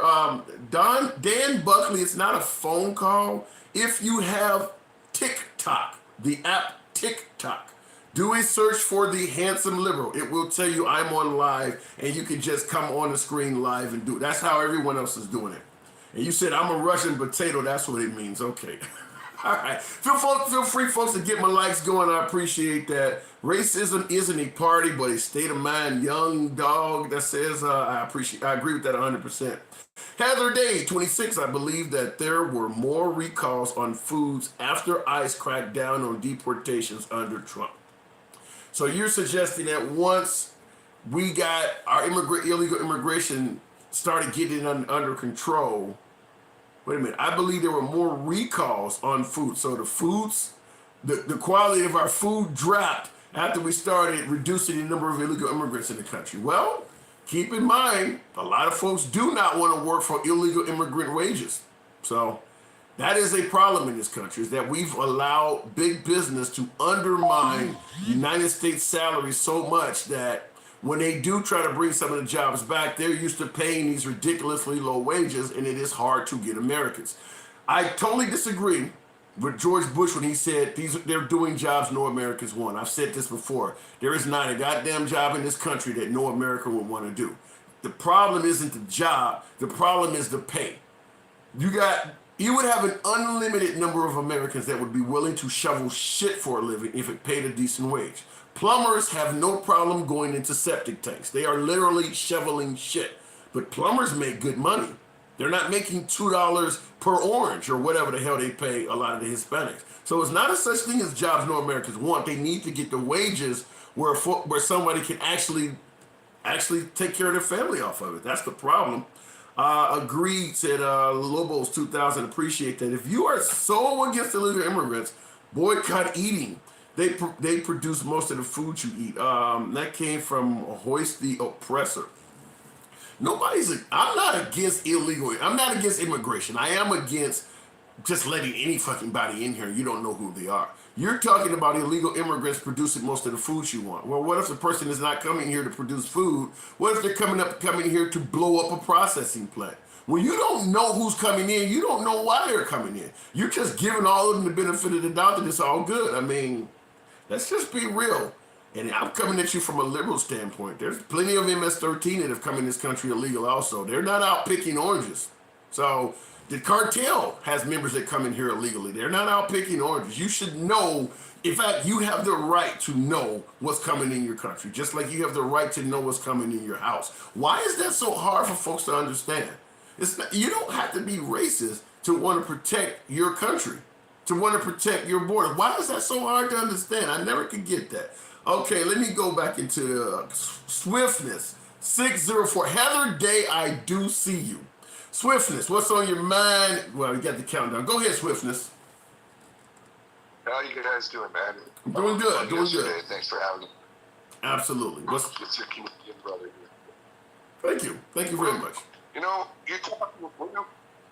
what you're just talking about is letting immigrants in. I mean, Canada, like, you know, they're saying they're letting all these Ukrainians in and stuff, and I get it. But, you know, the problem is like, you let them in with no plan.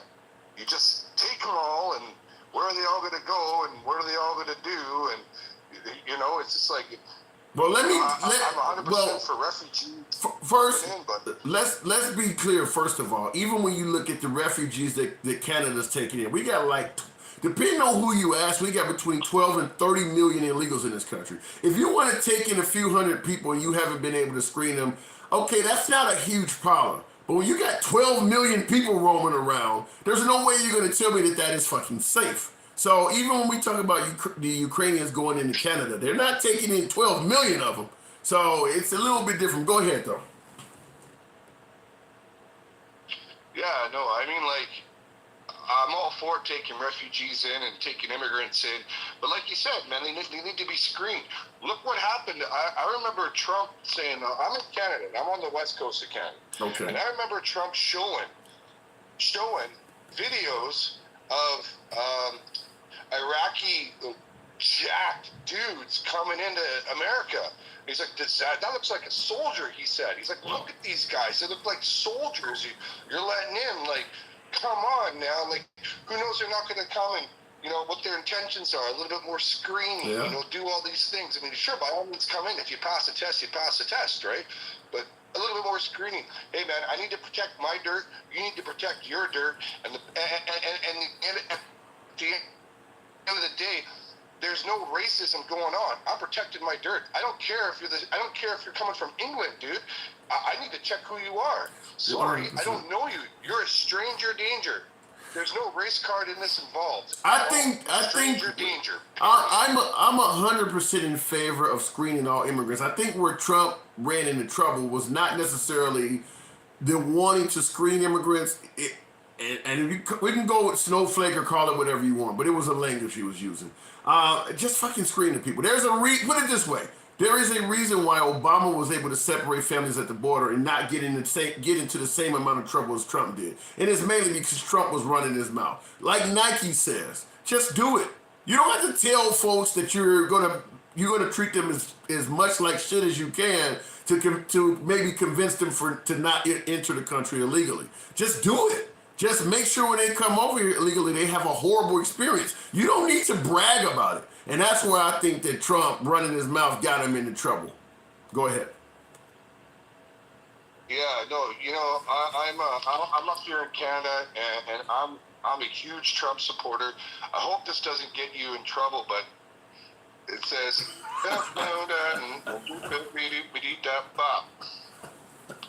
Well,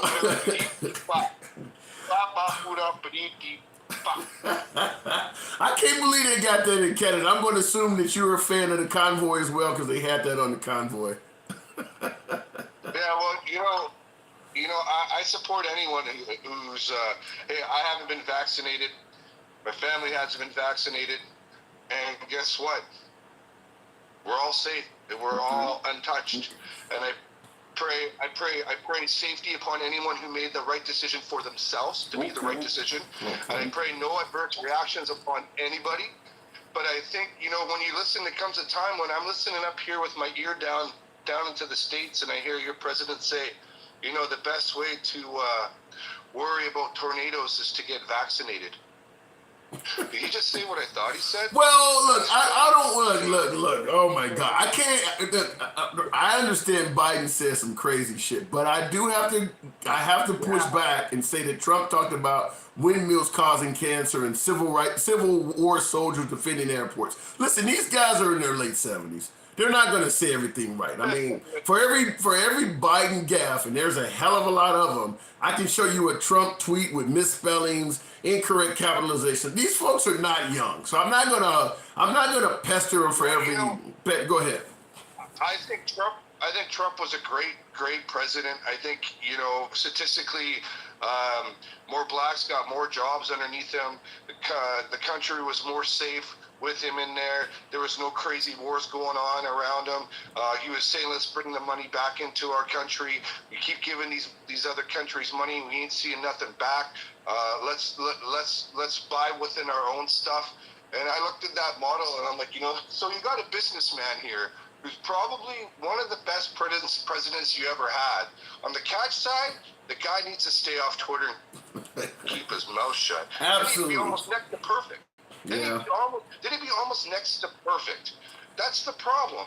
I mean, if you can get past him talking and just deal with his business ethics, guy, perfect candidate for the job.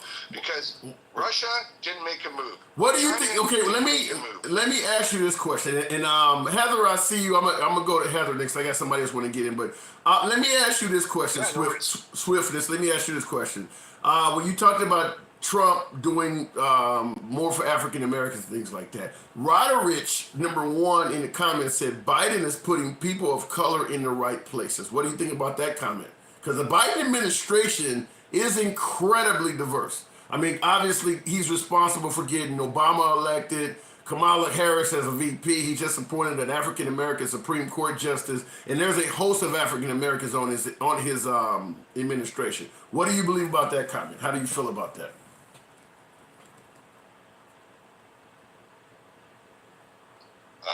I believe looking at numbers after the fact. So his term was over, and we'll see what happens within the term of Biden. So I'll have to wait till the end and compare the two.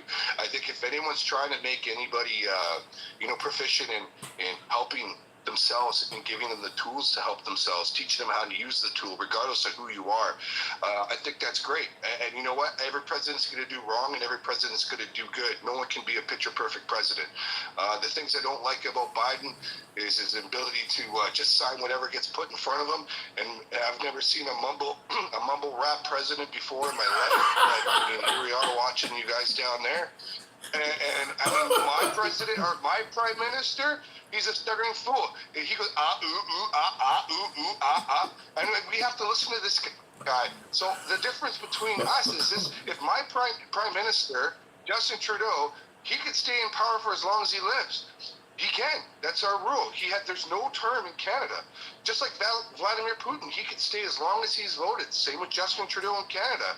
It's like we need to be your 53rd state, guys. Like we need it bad. But I like to be separate, of course. But like our leadership's horrendous, absolutely horrendous. I also like to say is. My white privilege card has been on Amazon for auction for a bit because it's never done me any good. So I'm just going to try to sell it to the highest bidder because I don't believe in that. Oh, my. So my white privilege card has been for sale because I've never had any privilege from it. Just want to add that too, I can't even. You got my jaw, sir. I can't digest all that. Okay. Well, listen, I got to take somebody else. I'm with you on some of that, not all of it. But come back through anytime. Maybe we can hash a little bit more of it out. But I do want to get to Heather. So hey, anytime, come on through. As a friend, man. Absolutely. Add me as a friend, man. Absolutely. And follow the program. Thank you. Much love to Swiftness there. Heather, let's see what we got going on. I stutter. Do you have a problem? Relax. He has the Easter Bunny. Done. That Easter Bunny is killing Biden. Heather, what's going on? Okay. Pretty much the complete opposite of your last guy there. Okay, let me know where you're I'm at. also Canadian. Okay. I'm also Canadian. Oh. I could say I'm not a Trump fan. I got back-to-back Maple Leafs. What part? He was from the western end, over the Vancouver area, I suppose. Where are you from in Canada? I'm in Southern Ontario. Okay, so you're in a more liberal side of the. You're probably on the more liberal side of the country, then, wouldn't that be? Yeah, Okay. I'd say that's fair enough. All right. Basically, though, I have been watching politics in the U.S. since before Trump got elected. As soon as I started seeing him come into the fold of the election process, I have a family member in the U.S. So to me, and we also share the world's largest border with the U.S. So I feel it's important to know who your president is all about, or and right away, I started getting alarm bells going off when I saw some of the stuff he did, because let me ask you one question. And by the way, Dan Buckley, I see on YouTube, you're saying you're from Toronto here too. So that's crazy how many Canadians I'm getting. But give me your Heather. Give me a couple things about Trump that just really turns you off to the guy. I want to know, what about Trump that you not like? And I see even somebody in the comments, Tar says, hi, it's Harry, Sachs friend from Canada. It's crazy. All of these Maple Leafs in my comment. Did I put a hashtag in there? I don't know, TikTok algorithms, Something. But go ahead. What about Trump? What about Trump do you have an issue with? I'm really surprised you guys are so deep into U.S. politics, because we don't know shit about Trudeau. But go ahead and tell me, what do you think about Trump? Yeah, but anyway. And that's part of the problem too, is because basically the whole thing is, from what I've been able to tell here, putting dots together, right from the beginning, I could tell his moral integrity is just, he had a bad reputation before he even hit the road running. As a person, when you watch him speak, he would talk on the level of like a schoolyard bully.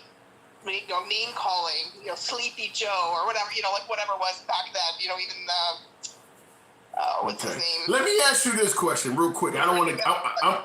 I'm with you. I'm gonna let you go, but I'm gonna let you continue. But I'm gonna ask you this in regards to the Sleepy Joe and the name calling. What if he was effective, or what if you had a leader that was really effective at running the country but still name called? How would you feel about that? I'm still not. I just think it is below the office of the president. Okay. For one, to talk the way he did. That's fair. That's fair. It was just. It just did not portray the confidence as an intelligent person. Okay. I don't know. There was just a lot there that was very racial. It was a veiled racist tone, a veiled bully tone to the way he talked down about people.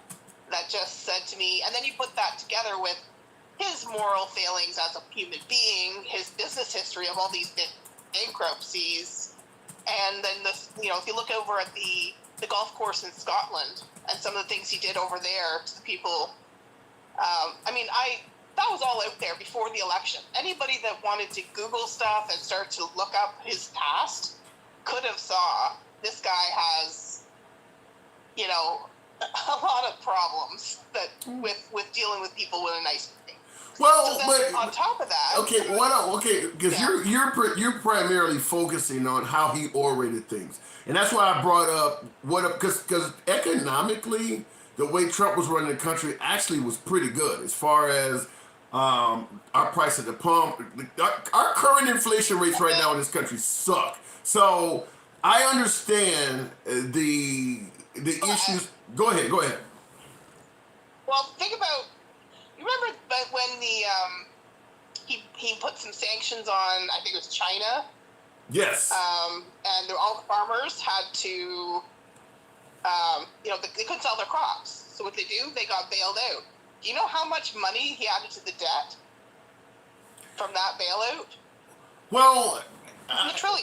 I get what you're saying. To me, that falls into the category. Go ahead. Okay, well, what I'm saying here is the root of all this. Back when I first didn't like Trump to start with, it had nothing to do with Russia. I didn't know at that point the connections to Russia, but I have been watching the dots connect and the people and looking up people. I mean, I'm a Canadian here, so I'm Googling who is this person, Okay. just pulling different sources. And I made it my priority was to basically watch both sides of the news angles, right? I didn't believe in this fake news thing. I wanted to look at both sides. So algorithms for me haven't attacked me because they send me both sides. All right. So I'm getting an open mind. I'm trying to find the truth in the middle somewhere, right? And I took, actually, to give a little basis to my knowledge of things, I actually years ago took, it was an advertising administration college course. All right. But it was actually, we took a little bit about propaganda and brainwashing and all that kind of stuff, right? All right. So my ears just kind of perked up. When I heard some of these things, like that whole fake news that he just kept going on about, fake news. He was right about some of that, don't you? Well, you know what? It's kind of. Yes, there is a bias on a certain level. At a certain point here, they changed the laws that allowed it to become more entertainment-like than. No, that ain't what I'm talking about. That's not what I'm talking about. That's not what I'm talking about. When I say he was right about that, I mean running some stories that are just flat out unfair to right-wing politicians, particularly Trump. Spinning stories or hiding facts of stories. I don't know which. I'm not sure which came first, the chicken or the egg on this one too. Okay. Because they might have started to fight back at some point. Because it's like, if you're going to tell blatant lies, well then what's the point of telling the truth? Well, I could draw a right line. I will concede. Let's kind of draw a line here. I will concede the fact that even though a lot of things mentioned about Trump were dishonest, Trump himself claiming that Obama was born somewhere else, Trump was engaging in some of the same behavior. So I have said that on the program several times. So I do concede that part. However, I think that there is a legitimate claim by a lot of conservatives that the media is biased against them, which is why we're on here talking now about Elon Musk purchasing Twitter to open it up. So I'm kind of in the tank on both of them. Listen, Heather, I got somebody else that wants to get in here. I'll let you go ahead and finish up. Go for it. Yeah. Let me have a long stretch here, because it is a little bit of a long stretch, but I'm telling you, you have to hear all the dots connect here. So basically, my whole thing that I've figured out here is the fact that there's actually a general in the Russian military that wrote a book. The name escapes me right now, but there's a plan to destabilize democratic countries. He put it all into a book or some sort of a document or something that's out there. And it actually, the whole Brexit thing, this whole thing has been almost like a giant game of chess that he's planned out for decades, almost. And some things just are weird about why Trump did them that way. No other president acted that way or did these things. And the thing is, he got elected. The day he got his inauguration, Okay. he put in to run again in 2020. No other president's ever done that. So that was clearly a planned thing they had doing, right? Okay. Then one of the first things they did and before this, he was having rallies with all this fake news. The U.S. intelligence forces actually confirmed that Russia did have troll farms. Thank you for that, Jeff. Jeff, just wanted to. Okay, go ahead. I just wanted to thank Jeff for sending me that gift. But go ahead, I'm listening. Oh, okay, yeah. So, I mean, they did confirm that Russia did run troll farms that basically took people that clicked on things like, I say Merry Christmas instead of Happy Holidays. I don't think that's a secret. We know, the galaxy, holy shit. We know that Russia was interfering in our election, and that to some degree, that's because we interfered in their election. The Clintons interfered in an election in regards to Vladimir Putin. So they had a beef against us. So I don't want to pretend like when Russia got involved in our election that they were doing it out of a vacuum. We did that to them too. Go ahead. Okay, that we can, I'll take that to stride. But basically, you can see though that there's like a planned strategy here. So basically, they got people funneled into these kind of Facebook groups. They've told them only to listen to this news site and this news site because they're the only ones telling the truth. So you have this, going back to propaganda stuff. Okay, I'm listening. Did you drop out? Bubble. You make them walk against all other sources of information so they won't hear the truth. And then they basically feed them whatever they want to feed them so that they believe what they want to believe or want them to believe. So then you have, going forward, his first few months of his presidency there, one of his first executive orders was to sign the Johnson Amendment, or to change it so that they could preach politics from the pulpit without losing their taxes. Let me interrupt you because you were talking about different social media platforms trying to impose propaganda on us and direct us to where they want us to go, which falls in line with the topic we're asking now. How do you feel about Elon Musk purchasing Twitter, trying to do just the opposite of that by opening up a social media platform? I'm going to assume based on what you said, you're in favor of this purchase, right?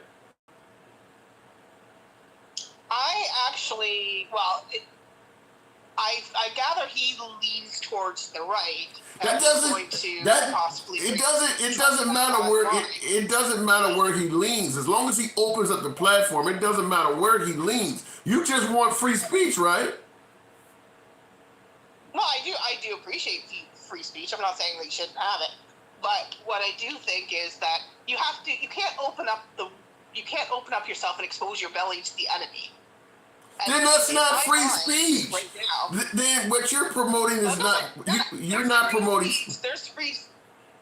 To me, there's free speech, and then there's no stupidity. No, to me, which is what this really is modern warfare. You're not. They are using algorithms against us. Yeah, but to me, what you just said is not promoting free speech. You're promoting your speech. When you said you can't open yourself up to the enemy, you're basically saying that I'm okay for free speech as long as they're my friends. That's what he's trying to get rid of now.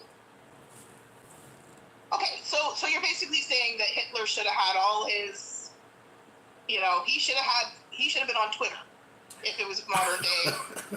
Look, I'm not talking. Listen, answer that. Would you say Hitler should have been on Twitter? I'm not going to be a fan of anybody being on a social media platform that's genuinely talking about hurting people. However, let me make it clear to you as much. Hold on, wait a minute. Hang on, wait a minute. Let me answer your question in its entirety. I'm not a fan of saying you're going to take an actionable offense in regards to harming somebody. However, hate speech, as much as I don't like it, as much as I despise it, most of hate speech is covered by free speech laws. You can say, I don't like women. They treat me horrible. It may be hateful. It may be wrong, but it is covered by free speech laws. So I'm trying to answer your question the best way I can, but I don't want somebody dictating to me where they think what I'm saying is hateful or not, because they may not be accurate. They just may be trying to stop me from saying something they don't like to hear. Go.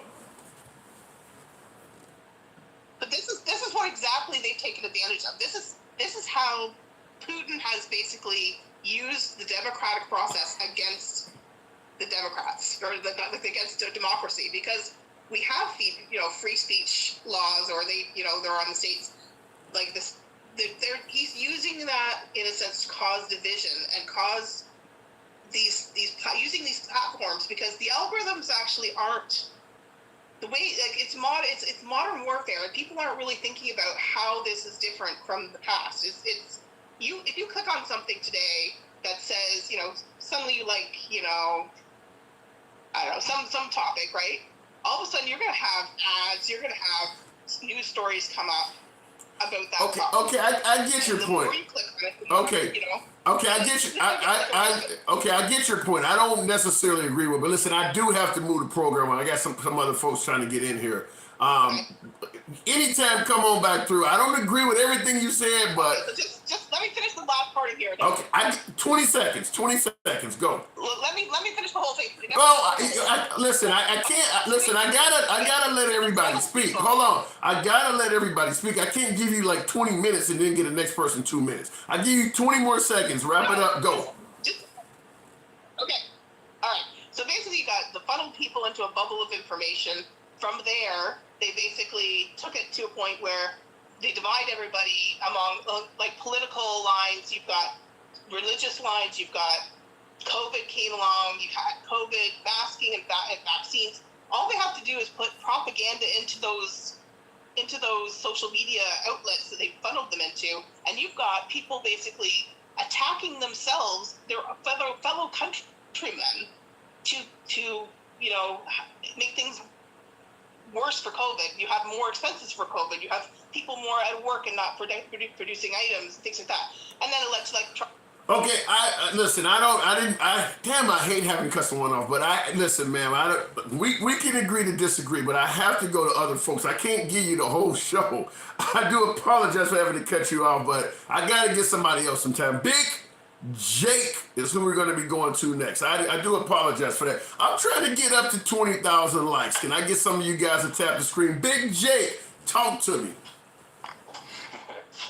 What's up, big guy? It's my first time seeing your live, man. It's really good. I was surprised, because the liberal name was on there. I was like, wait a second. That liberal shit didn't scare you? That liberal shit didn't scare you away? To you more.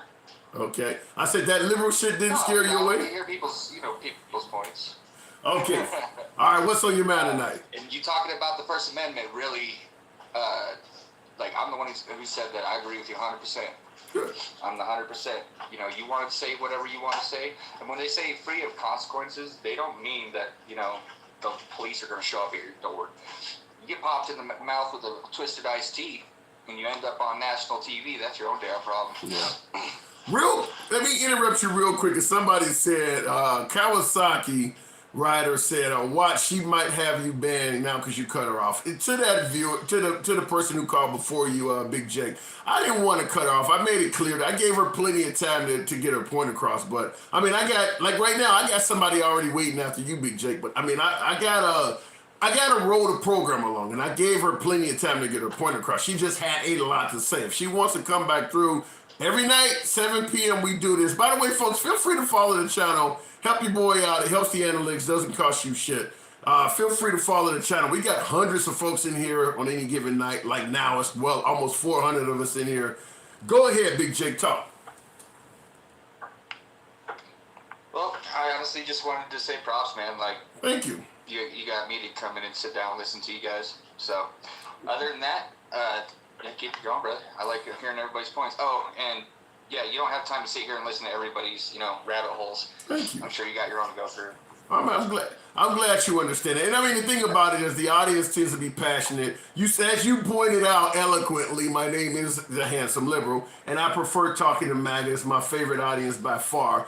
And yeah, a lot of folks see that and they run, but when we get a good conversation going, the passion and participation is high. And I'm running a simulcast on YouTube too, so this is actually being broadcast on the Handsome Liberal at YouTube at the same time. So I do have to try to balance it out and give all parties that want to participate time to state their point. And she was kind of going long. But listen, Big Jake, anytime you want to come on through, come on back through, man. Friend of the program. All right. You have a good night. Can I say one last Yeah, thing? go ahead. Oh. Okay. Crazy Mike, I don't have a wife, so I'm not out there beating my children. I don't owe anybody child support. Have a good day. Crazy, and let me, you have a good day too. Let me respond to what Big Jake just said in regards to Crazy Mike. And I hate to say this shit. I've made it clear some folks are launching personal attacks that I have to start considering bringing moderators in. And what he's just suggested is kind of reiterating that. Whereas I'm fine with us disagreeing on the politics. If you don't like Biden, you don't like Trump, that's fine. Free speech. But there's no reason for you to start talking about some guy ain't paying child support and some of the other stuff he was talking about. That's taking it into the realm of personal attacks. I've faced a lot of that predominantly from liberals. Crazy Mike is not a liberal. Crazy Mike, you can troll me all day. I've made it clear you're my favorite troll, but try to avoid going after people within the platform for personal attacks. I don't want to ban a goddamn soul in here, but you're contributing nothing to the conversation, nothing to what we're talking about here. When you start talking about what you're ugly or stay on topic. Stay on topic. That's all I ask. All right, we got another one coming through. And I really hate having to look towards moderators. I really hate that. Lobo, coming through. Free speech, right? Yeah, free speech, exactly, Dab Senior 1. Please accept political reasons. I'm fine with that. Lobo, what's up? Yeah, I wanted to touch a little bit on free speech and then go into the Trump a little bit. Let's do it. So free speech is, it pertains to the government, correct? It's like we have the right to criticize the government and hold them accountable with our voices, right? Collective voices. Not so much about a Twitter platform or a private company like Facebook. They can censor us. But it's more about what we can do to hold our government accountable. With that, I think a lot of people kind of misinterpret the way free speech is supposed to be given. In your platform, you can block who you want from it, but it's really pertaining to the government. So I hope people understand that part of it more than me telling you some derogatories and getting away with it. It's not that at all, right? What you're saying is exactly what Obama said. I've actually said something like that. Even though I'm a strong proponent of free speech, I do get the point you're suggesting that, listen, if you go out and buy your own blog or your own social media page, no one has the right to demand you let them say what they want to say on something that you personally paid for. So that's a legitimate point.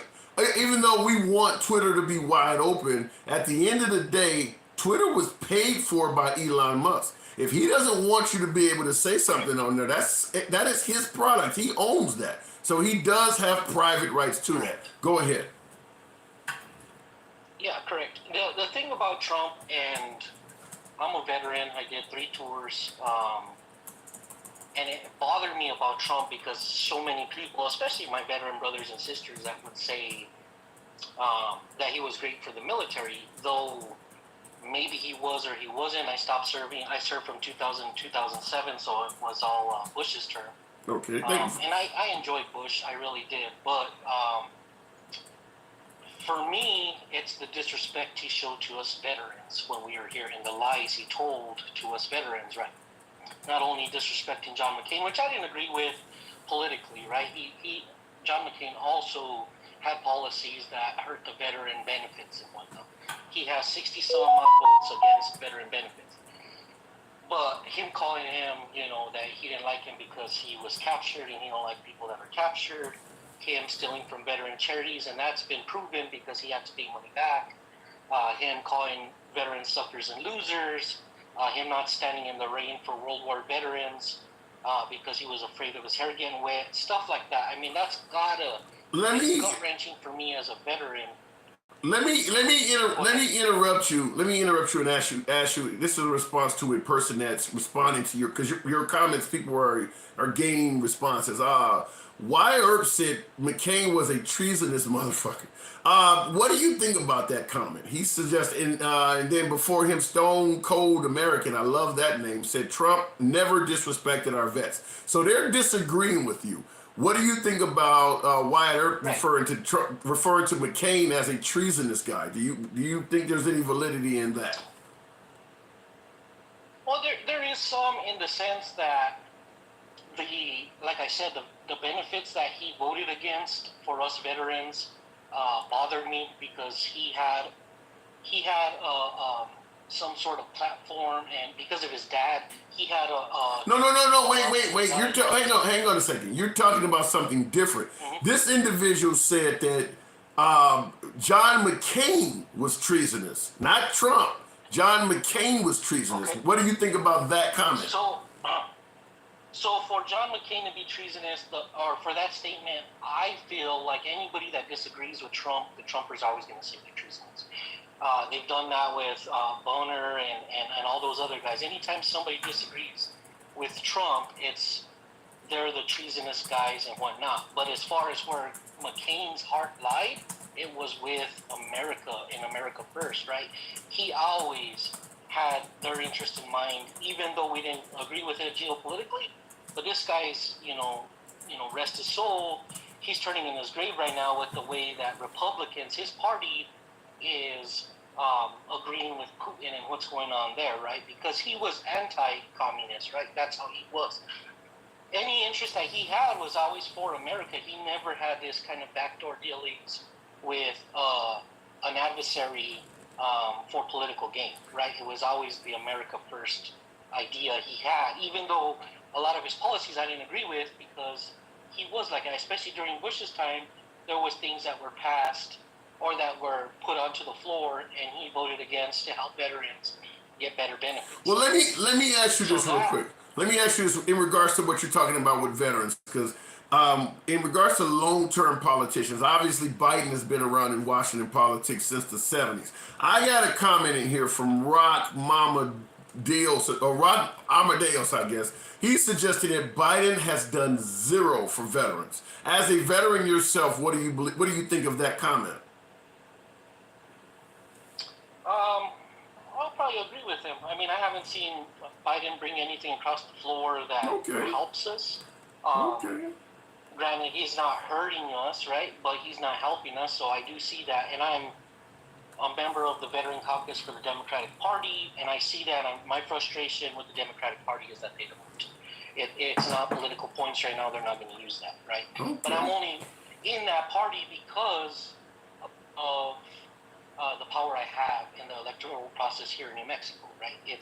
I have more power kind of agreeing with my progressive liberal type of views than I do with the far right, what the Republican Party is right now. It's not so much conservative. I lean more conservative for policy, right? But there's things we need to do to take care of Americans, like, healthcare and education and stuff. And though I don't believe that should be 100% funded, I think there needs to be policies that help alleviate the cost and the strain that the middle class is feeling. All right. Well, okay. Well, I'm gonna give you. I got one more comment, and then got to wrap it up because somebody else wants to get in. But let me respond to this. Forest Fire asked a question. Viewer of the program, friend of the program. He said, "If Trump disrespected so many vets, how come they loved him so much, but vets won't salute Biden?" Now, you made it clear you don't think Biden has done a lot for vets either, but he's stating that if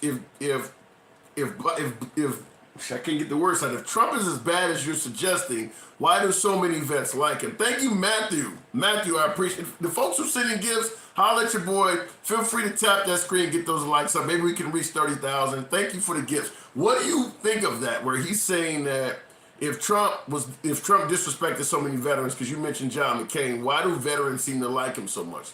What is your take on that?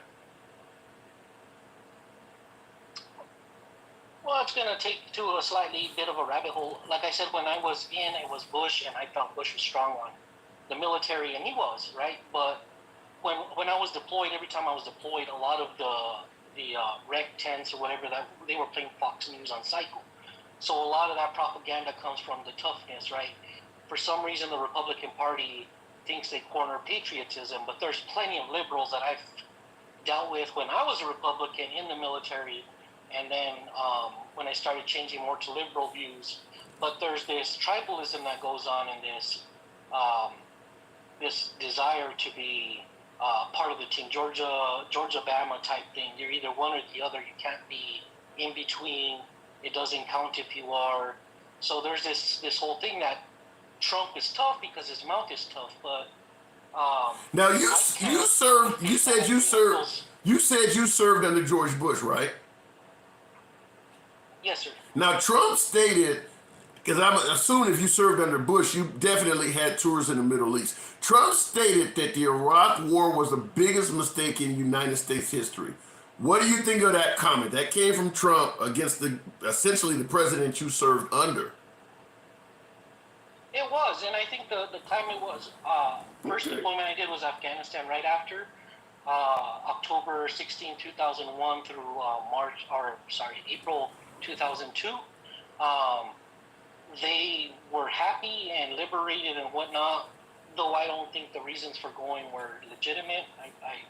I don't want to go down that rabbit hole. You don't have to. The second tour I did was the invasion. The second tour I did was the invasion of Iraq, and that was March 25th, 2003. We came out of Amman, Jordan, into Baghdad, and they were welcoming, right? We were there for weapons of mass destruction. As you all know, that didn't exist, so it was false. He wanted revenge for whatever, but His all dad. that, all, and then in those, his dad, exactly. So in 2006, I went back in support of both, and I noticed the change, the shift in the people in Iraq, and they just wanted us out. I mean, it's rightfully so, right? If we're there a long time and we end up killing an innocent person, which might be somebody's mother, now they're going to be mad and they're going to want retaliation. There's no lying. It's easy. Same thing if somebody were to invade the U.S. and they killed one of our family members, we're going to want them out of there, right? Okay. We liberated, let's say Trump was president, they killed Trump or whatever. I'm sorry for saying that, but they took out Trump and or whatever. There's political lines he needed to be done, whatever your view was. But at a certain point, you're overextended your stay. Right. Now through that chaos, Bush was really good with us. He gave us pay raises. He gave us better benefits. The post 9/11 GI Bill, all that stuff.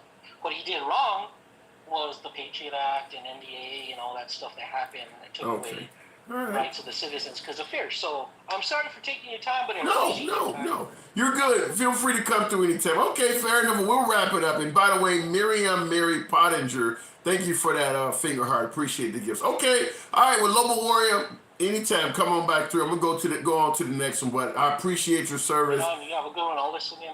Absolutely. Feel free to follow the channel. Okay. And that was let me see here. We got just a thought. Let's see. Most complaints are opinions or hurt feelings without facts. Biden pooped his pants. Okay, just a thought. What's up? What's up? I appreciate you waiting. Go. What's on your mind tonight? No problem. Okay, so I've been on the live for a bit. I've seen like 2 or 3 people speak, and I've just been reading the comments, just scrolling on, and like a lot of people having a problem with, say, Elon Musk opening Twitter. Okay. How do you feel about Elon Musk opening Twitter? You think that's a good thing for free speech? And personally, your audio's going in and out. Try that again. no, definitely. I feel like it's the best thing that Okay, fair enough. Sorry. One of the things I will say, I have talked to some folks who have an issue with Elon Musk in making that purchase to open up Twitter, and I will say, with a fair bit of certainty, most of it's been liberals. I have not heard a lot of right wingers that have a problem with it at all. So I don't know why people would be against free speech other than it benefits them to stifle some people's conversation. Go ahead. Oh no, it's something we see like on a daily basis, and this really just depends on where you are. Whoever the leading party or the leading ideal is in a particular environment will always try to stifle the other voice. True. No matter what voice it is. True.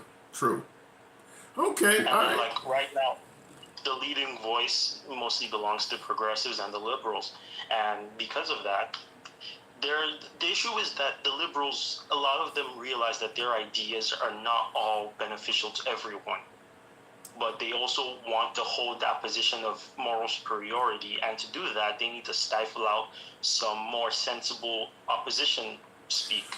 I don't believe now. Let me jump in on that. And real quick, Horner, what does that say? Hornishman or something says Trump not going back to Twitter earlier in this broadcast. And I'm gonna get back to you. Just a thought, just a quick second. In regards to him saying Trump is not going back to Twitter, Trump stated he's not going back to Twitter. Earlier in this broadcast, I asked everyone, in regards to Trump saying he's not going back to Twitter, to simply type in the comments one word. Either do you believe what Trump said, that he's not going back to Twitter, do you believe that is the truth, or do you believe that is a lie? I'm going to ask that again, because we have a gentleman in here that's claiming that Trump is not going back to Twitter. I personally do not believe that.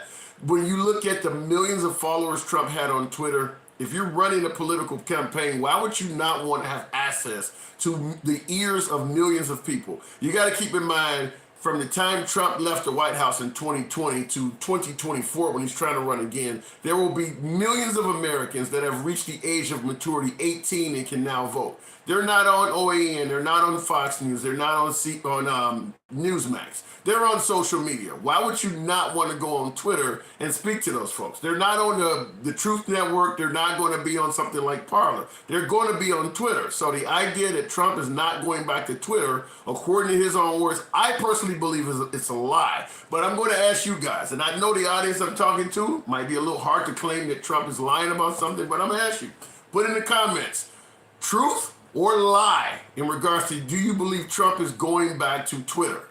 According to his own words, truth or lie? And I'm gonna look at the comments. Just a thought. Continue. Sure. Where was I?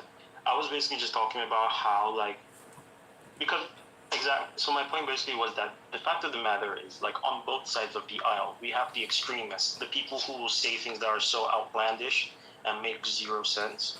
But at the same time, we also have people who will bring up good ideas, bring up good ideals.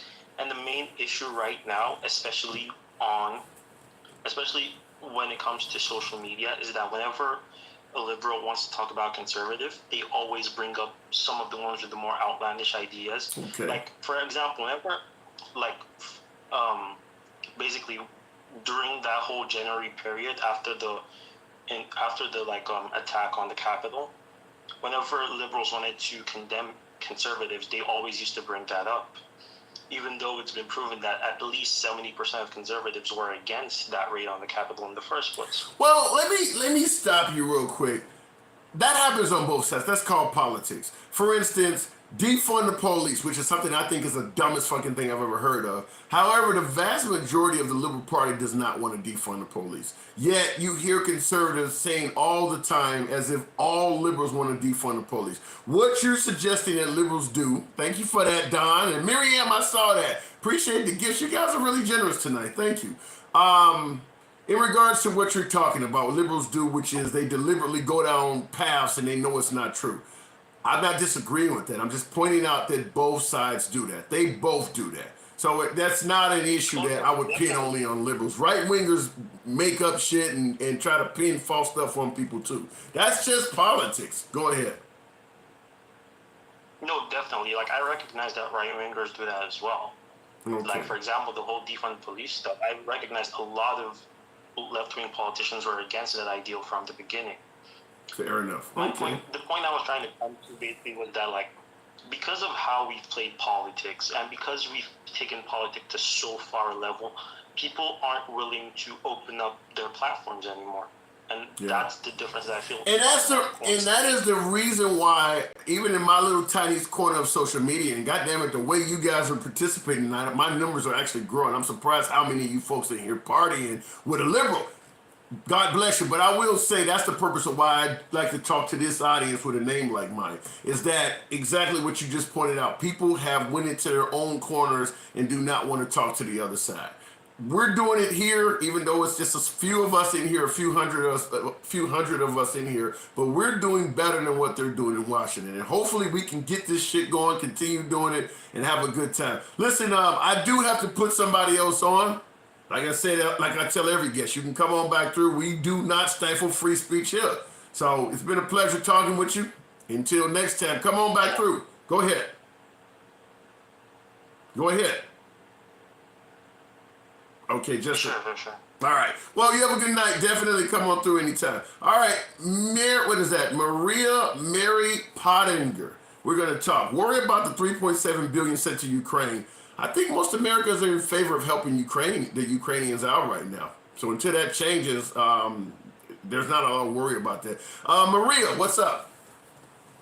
Not much. Heard you talking, and I came in the right time and the right moment. I'm Um, glad to have you here.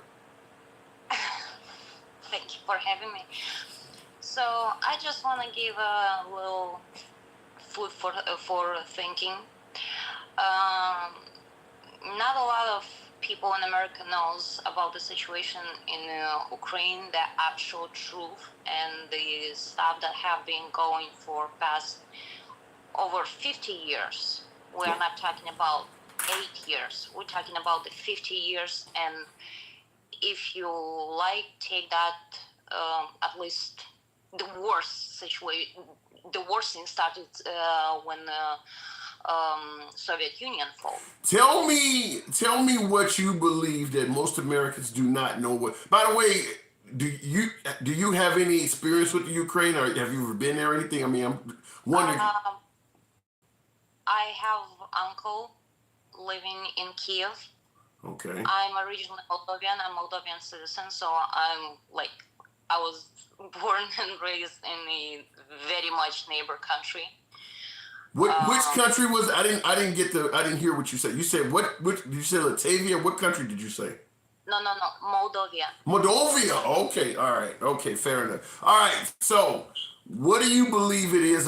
Obviously, there's a hell of a lot. Americans are not very intelligent in regards to foreign affairs, at least in my opinion. It's certainly not in Eastern Europe. But I am going to ask you, since you have experience in the region, knowledge of the region, what do you believe it is most that Americans do not know about what's going on over there that they should know? All right. Well, don't take my word. You can go through the history and through the history of Ukraine and literally just read it and do your own research and just read the history of the Ukraine and especially Kiev. Okay. And by the history, you will see that either Ukraine was under Russia, so they was asking how to say this. They was joining Russia and breaking off, joining and breaking off, because Ukraine never was truly independent country. They did not have force or. So let me interrupt you and ask you this question. Right now, with what is going on in Ukraine, who do you believe? Right now, okay. Do you believe? Do you believe Russia is in the wrong or Ukraine is in the wrong with what's going on right now? No, Russia is not in the wrong. Russia was forced to act in the way how they act, and I'll explain it why. So before the conflict began, years before the conflict, Ukrainian government was absolutely constantly yelling towards Russia that they're gonna destroy, they're gonna burn it to the ground, they're gonna crucify their kids and blah blah blah and all that stuff. Why were they doing that? It's constant hate towards Russia because they could not be independent without the Russia. They never had financial independence. They never could be a nuclear country that they signed it up, those papers. They knew that they cannot be, and they wanted the nuclear weapons. Now, in 20s, I don't know if you heard about such a persona as Bandera. Okay, let me be candid with you and the audience. And I understand there's audience members who do not like what she's saying. Let me make it clear. This is no snowflake zone. This is a free speech. You don't have to like what she said. Hang on, ma'am. You don't have to like what she says, but goddamn it, she has the right to say it.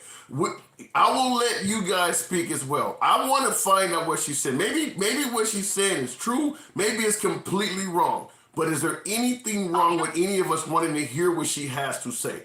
Go ahead, Maria. It's very easy to verify every single word that is coming out of my mouth. So anybody who disagrees with me and have not looked ever through that facts, you easily can find that information. It's very much public, and you literally can look it up and find it.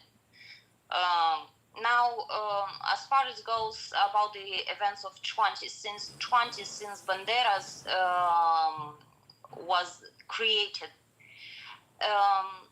Nazis was in shock what Bandera was doing. He was worse than Nazi. Wow. In year of 29, anybody can look. In year of 29, that person burned alive in 24 hours over 5,000 Jewish people. This is deep. I can't say whether I believe you or not, because I'm admitting ignorance as well, but I really am intrigued by what you are saying. I mean, what you're saying, and a lot of the audience is as well. I'm looking at some of the audience, and what you're saying is very intriguing. I don't even know where to go with this. This is so deep. I mean, I have a follow up, but you're kind of blowing my mind. I'm just going to give you the mic and go ahead and continue, because I don't even know where to go with it. This is pretty deep. Go ahead. I just, I wanna take the entire, like, I know that it's not much time to go through every single little detail, but I wanna take it from, as reason as possible, so you understand, you and people who is hearing me right now have a little picture, at least, of some events, on some way how they began. Hate towards Russians, massive hate towards Russians, was after the War of 42, because Bandera was chased out. He was prisoned, and then he was killed. But the region of Kiev had a massive follow of Bandera, and after Bandera in World War II, Nazis. Okay. They wasn't following just Bandera, but also joined Nazis. Okay, let me. 1 second. I apologize, but I want to interrupt you for 1 second. I have someone that would like to be on with you and would like to ask you a couple questions. Do you have any issue with that? Is that okay for me to do that? They will respect you. No, unless... They will respect you. If they do not, I will get rid of them.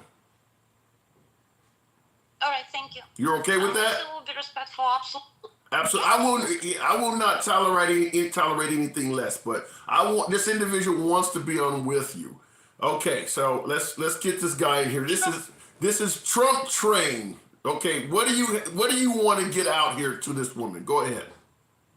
Oh, I'm all about respecting a lot of what she's saying is true. And you can see that if you look even in history, there's a history where, like what she's saying, more than 50% of the Ukrainian people voted in Russian as their main language. And ask her right now if that's a fact. She can hear me. She knows it. Absolutely. Yeah. That's true. And that even when Russia was talking about occupying Ukraine, that they were welcomed by many Ukrainians. And that you got to remember, this is like Canada and America. You're talking about, that's like me saying that I want people to be hurt over in Canada. Why? I might have family members that live in Canada. They no different than they want anybody to be hurt, but they also know that they were being occupied by almost like a Hitler type regime. The military in Ukraine is like Nazi, and but neo-Nazi, go ahead. weaponized by the government, neo-Nazis.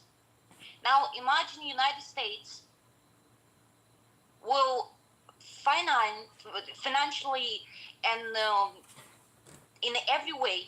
Imagine that the United States Army right now it's neo-Nazis, open neo-Nazis that have freedom to do whatever.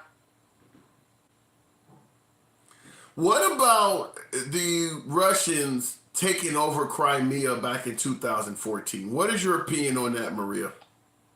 There again, I was about to talk about that too, but anyways, let's switch to that.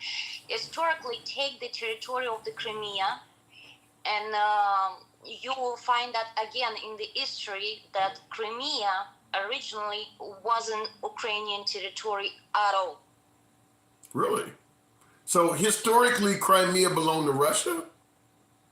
It was territory of Russia. Yes, it was given to the Ukraine. I don't remember the year, but if I'm not mistaken, it was a Khrushchev. Okay. No, Stalin. Okay. Let me ask you this question, and this is in regards to somebody who made a comment. Art USA said, "I have family in Russia. They are getting nothing, and their cell phones checked in public." What do you think of the notion that Putin has canceled TikTok, YouTube, Facebook? He's banning journalists. What is your take on that? Because as everybody knows, and there has been a huge explosion of the fake news and fake propaganda as about like what the plans of Russians, what Ukrainians are doing. He did that not just to block the disinformation that goes about actions of Russia, but also about actions of Ukraine. Do you agree with that? Yes, I do. Okay, and I will explain. Let me stop you before you explain, and I promise I will give you the chance to explain this. As an American, we don't agree with that. Let me tell you why. That's stifling free speech. I don't want the leader of this country, whether it's Biden, Trump, Vladimir Putin, I don't want the leader to tell me, I don't think you should be able to hear this because it's not right for your ears. That's not free speech. That is Vladimir Putin deciding for himself what he think is proper information for his citizens to receive. Yeah. In my opinion, hold on, real quick. In my opinion, it doesn't matter how propagandized some information is. I, as a citizen, should have the right to listen to that and make my own decisions. Not have a leader tell me, essentially spoon feeding you what they think you should eat. Go ahead. But what if all they're telling is a lie the whole time? Then let the people figure that out. Then let the folks figure out it's a lie. You don't get to tell, because some of it might be true. For all we know, you might be lying. You're controlling the media when you do that. You might be the one lying to me. Yes. True. But the spread of hate between the people, unnecessary hate in the country, which one is in the war actions right now, it's bad. Okay, well, the extra hate, it's not new. What he is doing, as I understand what he is doing, he is closing as much as he can the toxic information, the information that is it's not. First of all, it's lie. Second of all, it raises the hate even more and the heat. Okay, well let me just interrupt you one more time. There's someone in here, I didn't see the name, but he's claiming he's also from the Ukraine, Vitaly or whatever the case may be. Vitaly, if you want to get on here and you're from the Ukraine as well, I need you to send in a request. I don't see your request in the comments, and I would like to hear what you would have to say on this as well. Truck Train, you're still here, not a problem, but I just want to let you know there is someone else out here claiming they're from the Ukraine as well. Go ahead, Marie. Oh, I'll give up a spot and come back if I have to, handsome. You know that. Fair enough. Respect. You a friend of the program, man. Not a problem. Not a problem at all, brother. All right, Maria, go ahead. A couple questions. Oh, go ahead. Go ahead, A Trump. couple questions I'd like to ask her real quick is, what does she know about the articles about Ukraine shutting down water supply to Russia prior to all this? Is that a fact? Not the water supply. There was in 2008 shut down by the Ukrainian side of gas, pumps. And what interest would Putin have in Ukraine? Would he have maybe like an ostentatious interest in taking over the nuclear plants that were once considered lethal? Well, they have those plans. All what they have in Ukraine, it's old ass plans that was in the Soviet Union. Quillian, real quick, someone in the comments told me to ask, your family in the Ukraine, are they being held or threatened in any way? Maria, are you with us? Social media and how he talks to me, I know that he definitely threatened and that it's a danger for himself, but he literally have no way how to get out from the country right now. And this is one of your relatives? Yes, this is my very close relatives. Okay. That's first up on the hand. Second of all, that it's a law, and you can go on the Ukrainian official page of the laws. I don't know how to correctly say it, where you can see the laws of the country and stuff like that. Okay. And one of those recent laws, you're gonna find over there that every single person that expressed the feelings and sympathy towards Russia will be considered as a traitor of the country, and that it's jail time. Okay, well, let me ask you. A lot of people. Go ahead. I just wanted to ask real quick, because some Bionic Man mentioned that Russians cannot say the word war without facing prosecution. Do you agree with that? The Russians can what? Russians cannot use the word war or the word invasion, if I'm correct.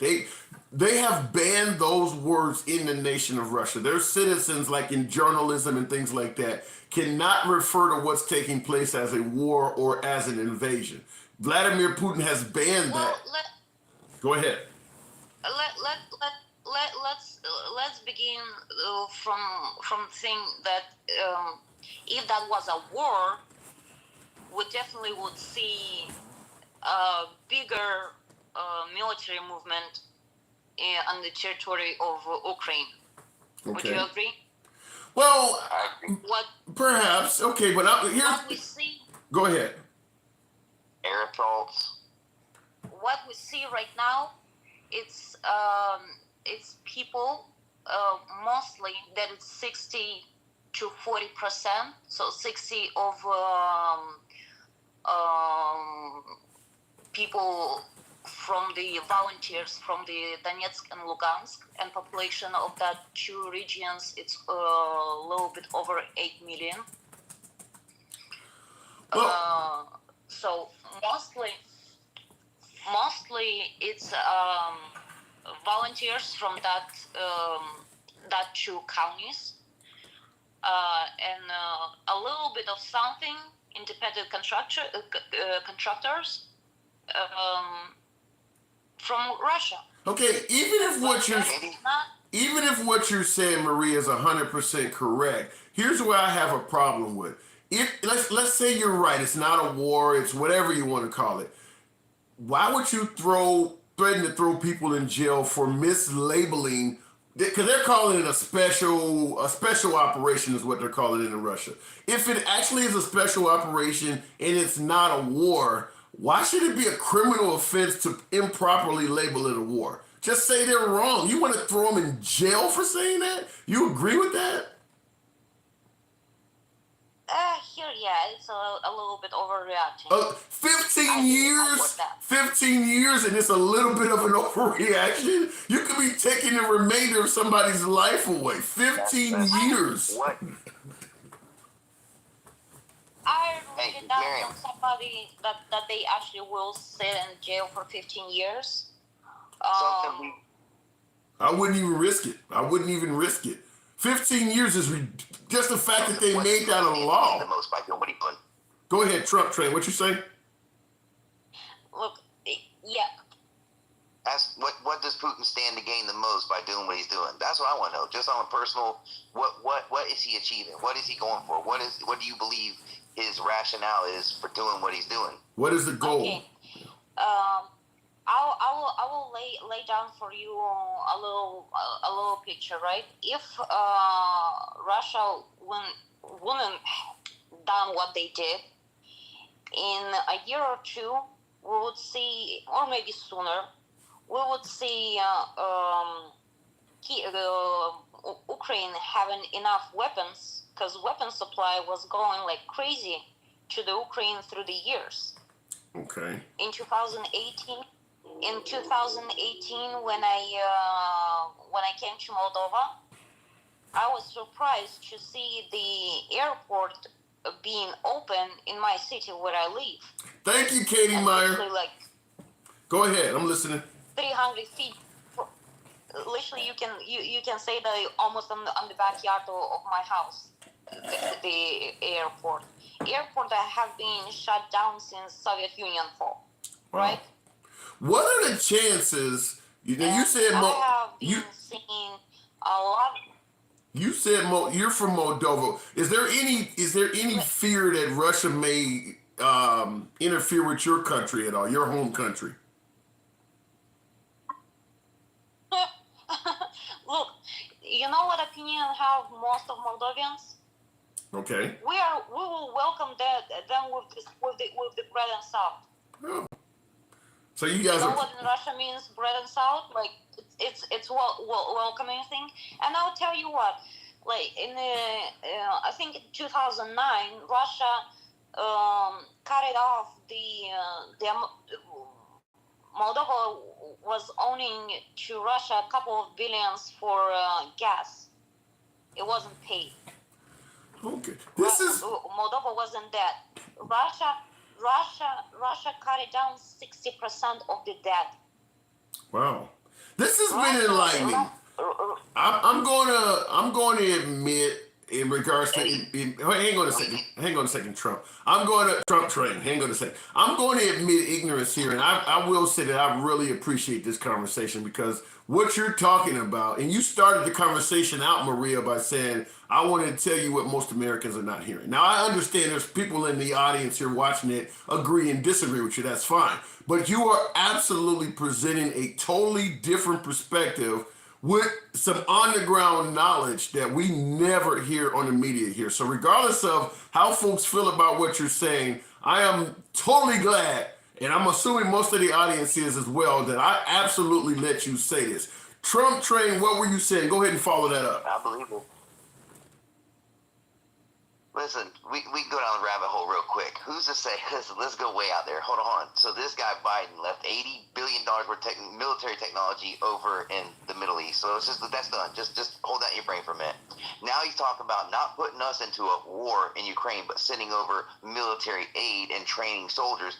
Who's to say this, whatever he is at this point, isn't sending over tons of our technology over Ukraine only for Russia to take over that too? Well, Russia's not taking it over. Russia destroying it in the air. The aircraft with the weapon supply was shut it down in the air. Wow. But hey, I believe her. Have anybody heard about that? No, because they weren't for it. Because it was coming from NATO. Okay, I gotta interrupt. Trump, let me go ahead and drop you out, Trump train. This gentleman has stated he's from the Ukraine, Vitaly G, is in the comments. I want to put him on. All right. Okay, I do want to hear from this gentleman, so or whoever we're looking at here. So Vitaly, I'm going to something's freezing up over here. What the hell is going on? Can you guys hear me? Hello? I'm trying to bring this man on. Okay, there we go. All right, let me see if I can bring him on. Okay, I think he's coming in now. Now he's claiming he's from the Ukraine. This is Vitaly G. Can you hear me, Vitaly? Hello. Yeah, you're from the Ukraine, you're saying, right? Yes, sir. Where in the Ukraine are you from? So, I'm in Chernivtsi area, Chernivtska Oblast. I don't know if Maria knows where that's at or not. Yes. But, you know, so right here, so far, so good. Nothing, you know, we had a couple sirens go off and stuff like that, but, you know, everything else is pretty good. You're there now? But I got a little too, I'm here, yes. Okay, wow. Okay, all right. I'm here now. God bless you. Okay, all right. I didn't. Sound like you said Tennessee at first. No, I didn't understand the city you stated you were from. No. Okay. Yeah. See, no, I used to be in the U.S. I used to live there. Okay. And I used to come to Ukraine. Well, I'm from Ukraine. I moved to the United States in like 2005.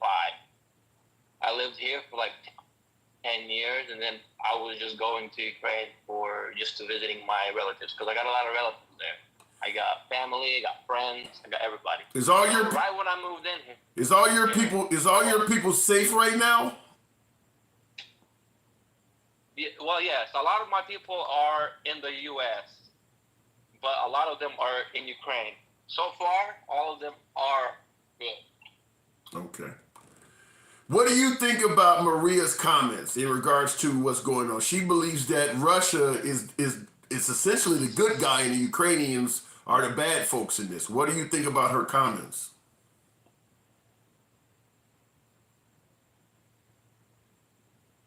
Well, I agree on that. You don't agree with that? What do you? I didn't. I came in a little too late, so I didn't hear all of her comments. Okay, she's suggesting. If you can recap everything she was saying, because I came in a little late. Okay, well, she's suggesting that the Ukrainians have made a significant amount of threats over the years towards Russia, talking about encroaching on their country, killing folks and things like that. Am I correct, Maria? Yes, absolutely. The Ukrainians were making threats that they were going to... The government, the politicians, absolutely. Well, Yulia Tymoshenko, the example. Okay. You can find plenty of her speeches where she was passionately, especially when she was running for the presidency, where she was passionately promising the end of Russian world. Are you aware of any of this, Vitaly?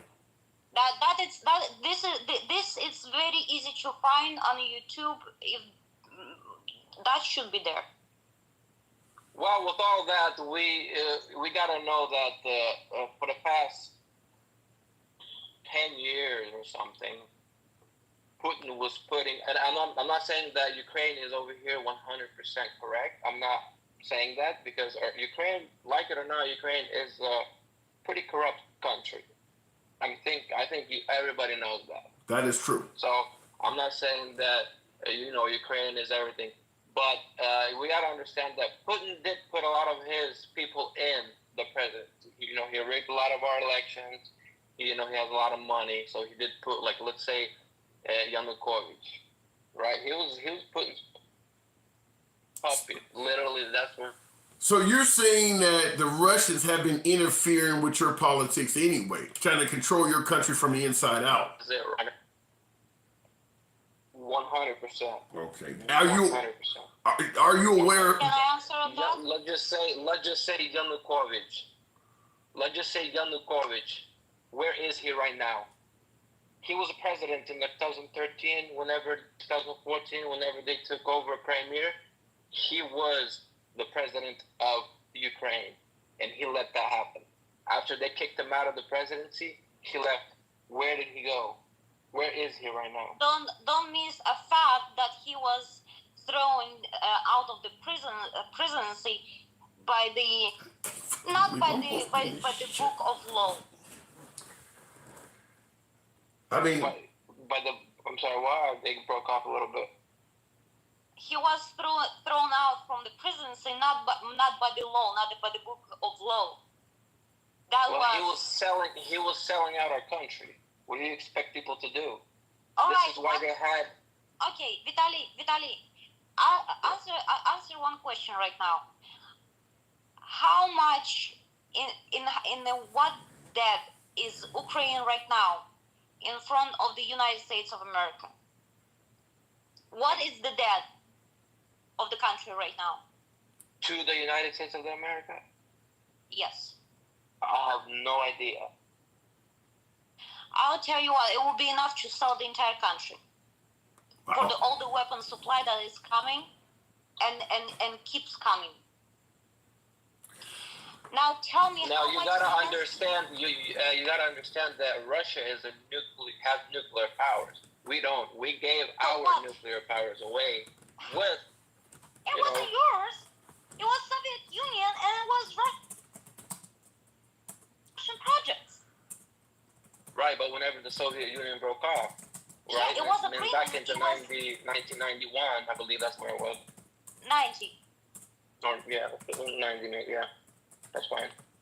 But honey, that was the documents that back then president signed it up, and that was agreements, and that was the terms on which one the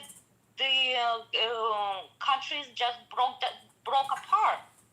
Right, but now Ukraine, you're saying it's okay. You gotta Ukraine understand. agreed to be nuclear free country and be the neutral country.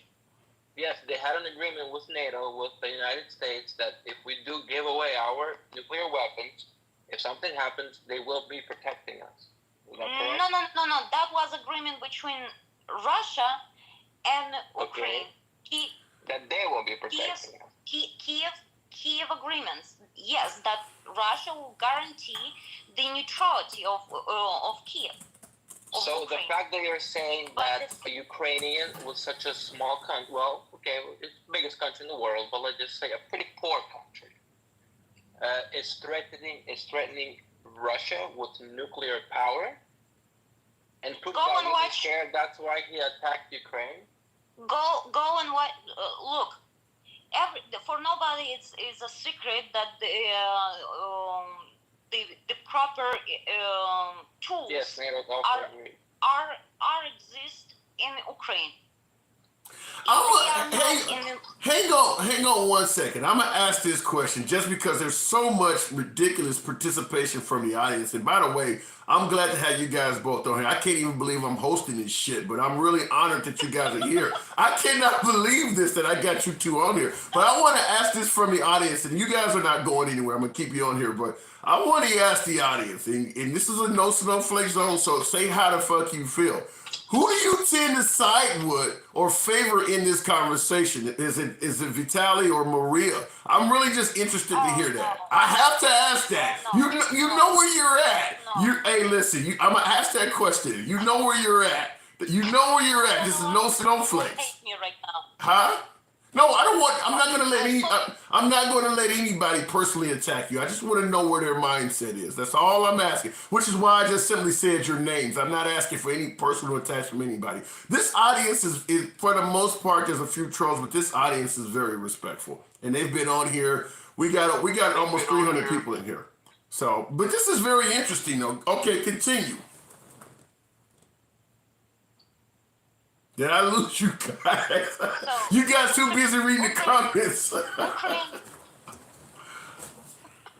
Ukraine definitely has all the tools, if not to make the fully, the proper product. They have plenty of tools and supply to make a dirty bomb, what we call, in a very short amount of time. Now, launching system. That's another question. It have been heard. I don't know how much of that is true, but it have been heard that such a system have been brought for a training purposes. Only God knows why, though. for what kind of training purposes. That equipment have been brought to the Ukraine. I'm trying to. Now again, I wanna verify that I don't know how much that is true, and as I heard, as I know, that equipment have been brought a month before the operation started in Ukraine. Now, the question that I wanted to ask and actually people to think about it is the things that we heard that there have been preparing the attack on Kiev, not on Kiev, on Crimea. That Kiev is preparing to go and take the Kiev back with the force. If that is a lie, why since 2018 for sure that I have seen with my own eyes a huge amount of weapon supply was going to Ukraine? Second of all, Zelensky very quickly after his presidency campaign was running. I will stop the war in my country. I will stop the blood spilling. But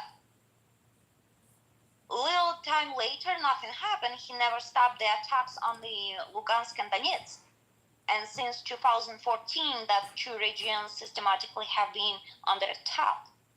Let me interrupt you and ask you this question, because somebody in the comments pointed this out. It's a legitimate point I want to ask. Thank you there, Rag, for that gift. You suggested that the Ukrainians are corrupt, and I believe Vitaly agreed with that. Broad Street 2204 in the comments said Ukraine has corruption, Russia is corrupt. What's the difference? Is Russia a corrupt country? I'll let you start with that, Maria. For sure. Okay. Every country is corrupt. Every country is corrupt. That's true. Yeah, to a certain level as well. So, do you believe is the Ukrainians more corrupt? See the corruption? Ukrainians wasn't corrupt. Oh my God! Please. Okay. No, and look, I'm not disagreeing that Ukraine isn't corrupt. I agree, Ukraine is corrupt. So is Russia. Russia's corrupt too.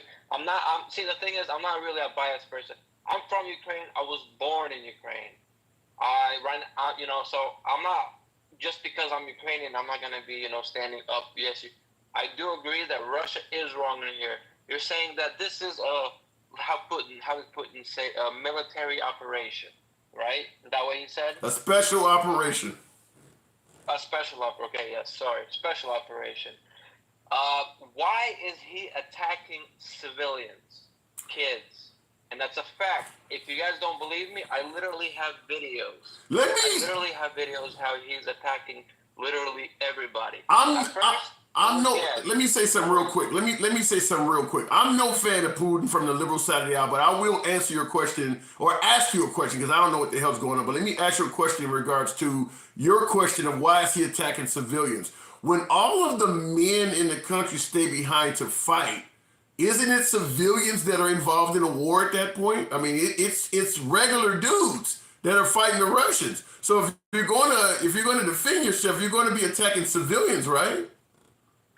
Right, but whenever, let's say, people that are living their normal lives and then they just randomly see just shit flying from the sky, people just riding their, just living normal lives with no weapons, no defenses, nothing. Literally, let's say I'm walking to a store and then I just get killed. I'm going to tell you one thing. I have videos, and if you guys don't believe me, they can DM me. I will send you guys videos live because I have, a lot of things are getting blocked and whatnot. We have Telegram. Everything is there. Nothing gets blocked. I would love to see that. I will show you. I will show you videos. Let me state this. There was a comment. There was a comment over here asking me, Where is it? I think I lost that comment. While you're looking for that, let me just state this. If you go to my profile, the Handsome Liberal, right on the front of my page, I have an email address on there. Feel free to send me whatever you legally can, and hopefully my government and your government does not interfere with it. But on the front of my profile, I have my email address. Send that to me. I want to see that. Continue. Okay. So we had a lot of girls here. I don't know if I can say this on TikTok, but they were raped by Russian people, young children, literally young children. This is a fact, and like I said, you can not like it really does. I can prove it to you. Maria, I would have to ask Maria. When I brought you on, I promised you that you would not be attacked personally. I have to ask, regardless if you think it's true or not, why did you chuckle when he suggested that folks were being sexually assaulted? I mean, you acted as if you found humor in that. I find humor in that because I'll tell you why. Every single person. Let's go by that. First, it was Mariupol when they were saying that Russians bombed the hospital. Okay. That have been proven wrong. That was disinformation. Because even if you think it, I'm gonna say this. Even if you think it's wrong, I just think the allegation that somebody was taken like that. I can't understand, as a woman, by the way, as well. I can't see how you find humor in that, even if you don't believe it. I find humor not in this in what happened. I find humor that instead of opening the eyes and not believing every single thing that media feeds you. That's the thing. It's not media. Look. I don't trust in media too. Don't get me wrong. I have no trust in media. It doesn't matter if it's Russian, if it's American, Ukraine. I have no. Let me talk, please. Okay, go ahead. Please. You relying on the Telegram channel where you saying that they can DM you the pictures of Russian doing that, but pay attention please to the days. Okay. When the video was taken, and I bet you that you're gonna find out that the video that have been taken, and I know what you are talking about, it was taken 2 days after Russians wasn't there even. Okay, let's hear from Vitaly. Okay. And actually Azov. All right, Maria. We he gave you a chance. Let me hear Vitaly. I'm gonna let him get a minute or so uninterrupted. All right, go ahead and respond to what she just said. Well, she was just technically saying that I need to pay attention more to the time frame when it happened. If it was during the war, if it was 2 years ago. Did I understand it correct? What's up? Like you were saying that I need to pay attention more to the time frame when it happened? Yes. Okay. I have that too. I have the time, I have the time frame, I have everything. I have videos, I have photos. I can, those photos, videos are really brutal.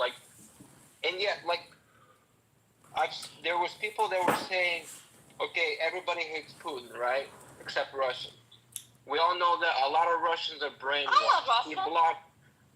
Well, okay, I'm not saying you are, but you obviously stand for Russia, from what I understood, right? So. Hold a second. You don't understand what no, you totally don't understand what I'm going to. Okay. Wait, you totally don't understand what I'm going to.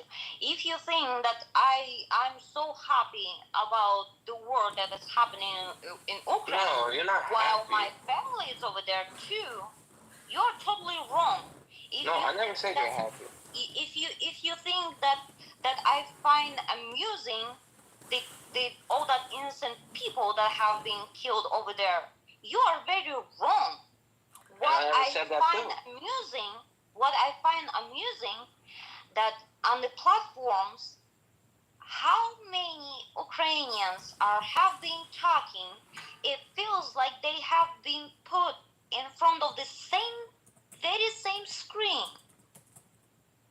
And like, I don't know, like I hypnotized. Oh man, I don't, like I said, I'm obviously not on the. Like even same words. No, first of all, Maria, look, I never said you're happy. I never said you're amazed that this is all happening. That never came out of my mouth. All I said is, from what I understand, from what I can hear from you, you do stand for Russia, right? I'm not saying you're proud of it or whatever, but you do stand with, you think that they're right in this particular situation. That yes, they're having. They did not have another choice. They don't have. Okay. Are we the one attacking them, or are they the one attacking us? Let me ask you that. Who's attacking who? And that right there should tell you who's wrong, who's right. And if they are attacking, why are they attacking? You think that if Putin has, which I don't think that's going to happen, will be able to take over Ukrainians or the Ukraine country? You think he won't go into Moldova? Or other countries that were back, that were in 1990s, that were in the Soviet Union? Because that's literally what he wants. He wants Soviet Union back, where he won't be able to take him because a couple countries that were in Soviet Union are already in NATO, such as Romania and I think there's 2 more countries that were in the Soviet Union, but now they're Romania in NATO. was a Soviet Union. Well, he's in NATO. Romania is in NATO, but there's 2 countries that are in NATO as well. So you're saying that Moldova, Latvia is not Moldova? NATO. Moldova is not in NATO, and Moldova is not in NATO. No, Moldova isn't. Romania is. Romania is in NATO. Yeah, I'm just saying that Moldova is not one of the countries. You think that he'll stop though if he takes over Ukraine, which, like I said, that's not gonna happen. Believe it. It's not gonna happen. But like, if you think he'll stop? How do you think they're going to? You think so? You believe? Let me ask you, Vitaly. You think the Ukrainians will ultimately stop Russia from conquering that country? Yes, 100%. Well, I can't say 100%, but in my opinion, yes. I think he will not be able to take over Ukraine. What's going to be? Maria, look. At first, what did Putin say? We will take over Kyiv within 48 hours. We're in like 58 days. Literally. He literally said, we will take Kyiv in 48 hours. We're 58 days or something fast, and he still can't do it. That is true. He's obviously failing. So he obviously thought Ukraine, and I'm not saying that Ukrainians are really good. We got a lot of help from the NATO countries. We got a lot of help from the United States, United Kingdom, a lot of help from those, and I don't think we would be able to without them. Which technically they did promise to protect us if something did happen. So, and I'm not saying that we're not in NATO, so technically in a way they don't have to, but they chose to, which, a lot of respect, which, like Zelensky said, we can take care of a lot of things, but all we need is for them to cover our skies, to protect our skies. Let me say something real quick. I understand there's a few folks that are also wanting to get in, like Miss Me, I'm seeing your comments. Because you guys want to ask them things. In all honesty, I'm really enjoying hearing these folks talk. I don't really want to necessarily interrupt them because I'm really appreciating the participation. What I would ask that those who are watching, type in the comments and I'll see if I can relate a question to them. But I don't really want to interrupt them just yet. So I do understand you guys are in the comments looking to get in on the live, but I kind of want to hear from them just for a little bit longer. All right, go ahead. Are you done, Vitaly? What was I saying?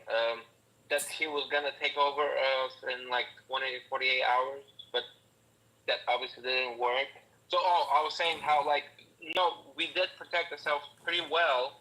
Like I said, there's a lot of volunteers here that do want to go, but they just don't have enough weapons. That's literally what they say. They literally take people that used to be in the military. They take those people first, Well, and then if like a random person comes and wants to get a gun or to protect, they say that we don't have enough.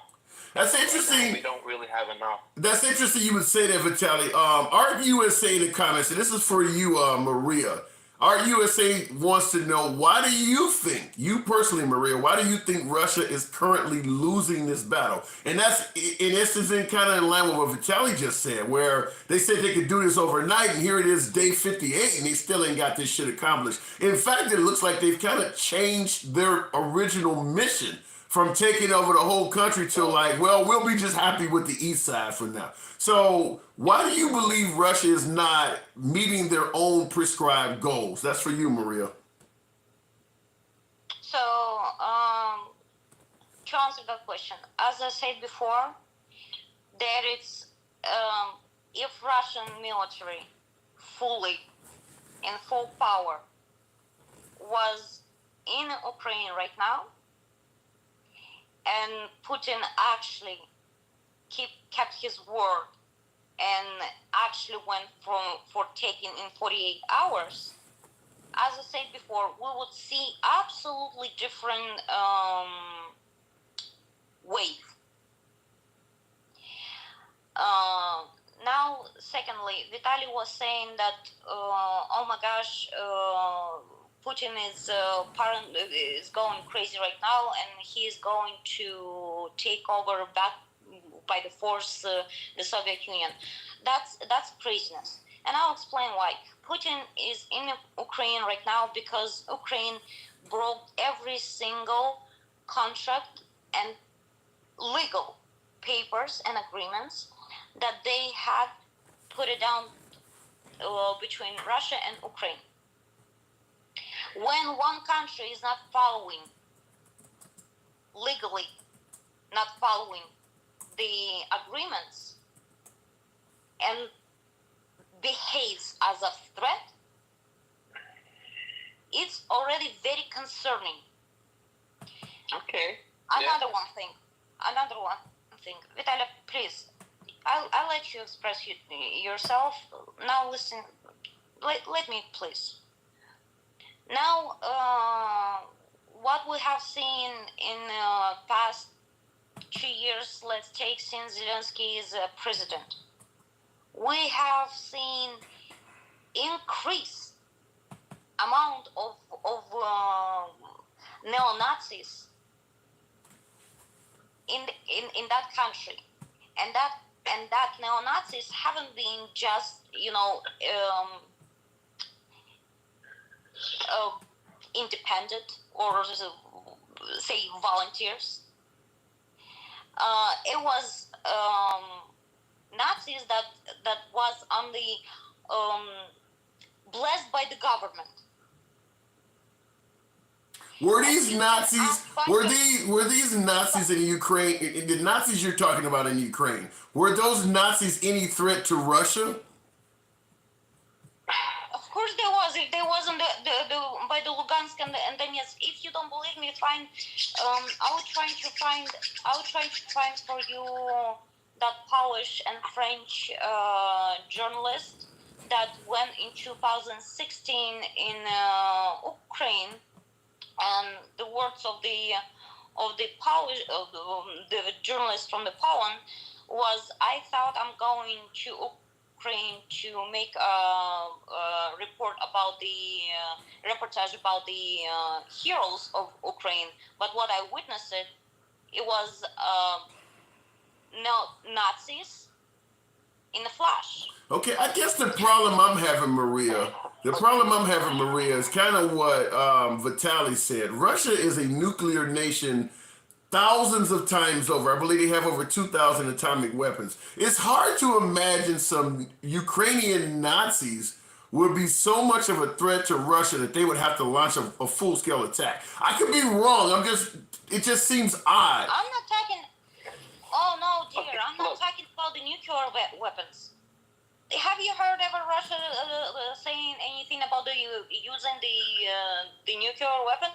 The only president the only president that we hear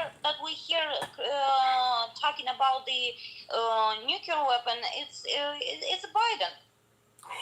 Russia's been threatening literally everybody with their nuclear weapons, not only Ukraine, but America too. Am I right?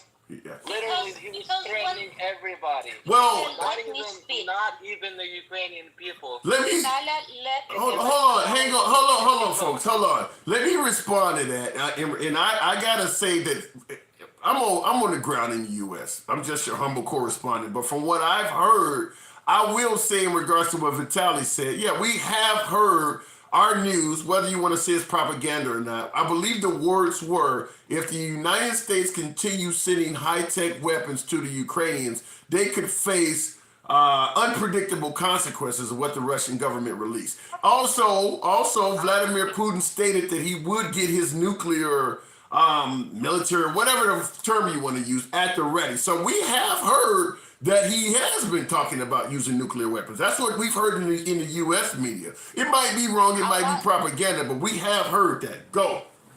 A lot of interviews that I have seen when Putin was talking about the possible usage of the nuclear weapon, it was when he was saying if the United States will do the move and declare the war, and nuclear weapons will get involved, there will be no winners. Yeah, that's true. He can only, he's threatening though. We're saying that he is threatening though. This is, Vitaly, please, for the love of the God.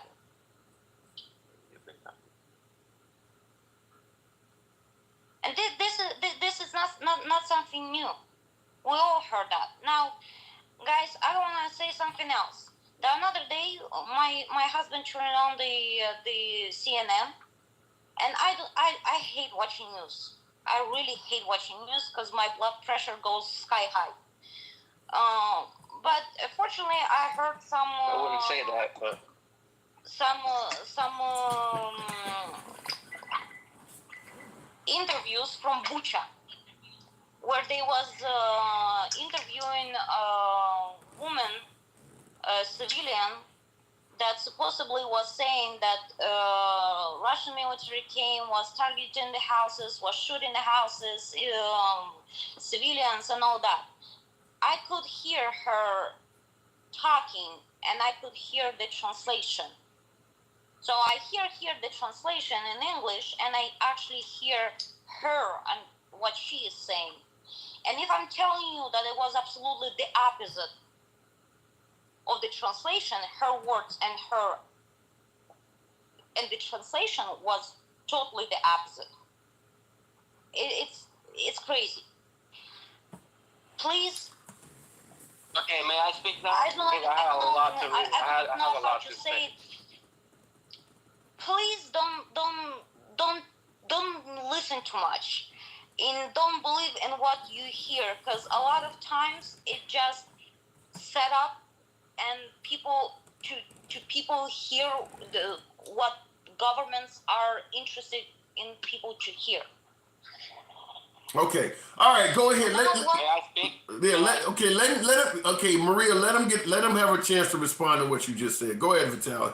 Okay, well, I have a lot to respond about. Let's just first say about Maria said that if a country doesn't obey the contract it raises concern, right? So she's saying that Ukraine didn't obey it, Putin attacked Ukraine. NATO didn't obey it as well, right? He didn't do anything to NATO. Now, my question is, why is that? Did he know that shit was gonna go down?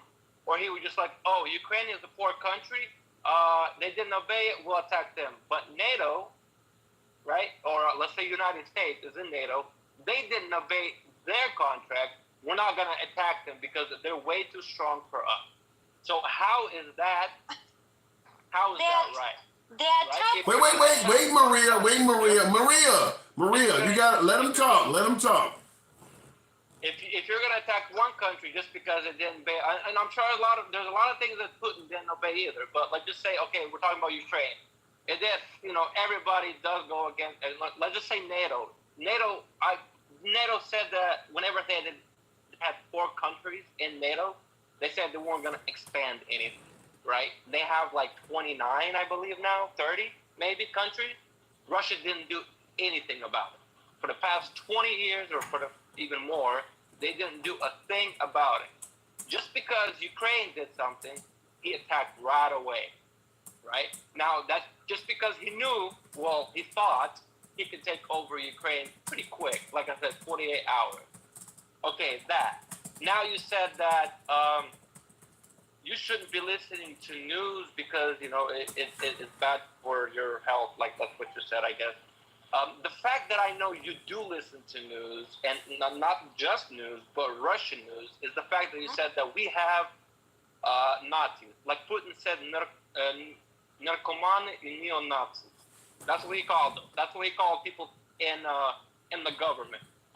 So how can you say that, let's say Zelensky is a Nazi when his dad fought against Nazis and he's a Jewish? How can you say that they are Nazis? I love that you brought this. I love the fact that you brought this. I just love it. Now, this is probably something that Zelensky will have to explain on the grave of his grandfather. Because he definitely disgraced his memory. And I'll tell you how.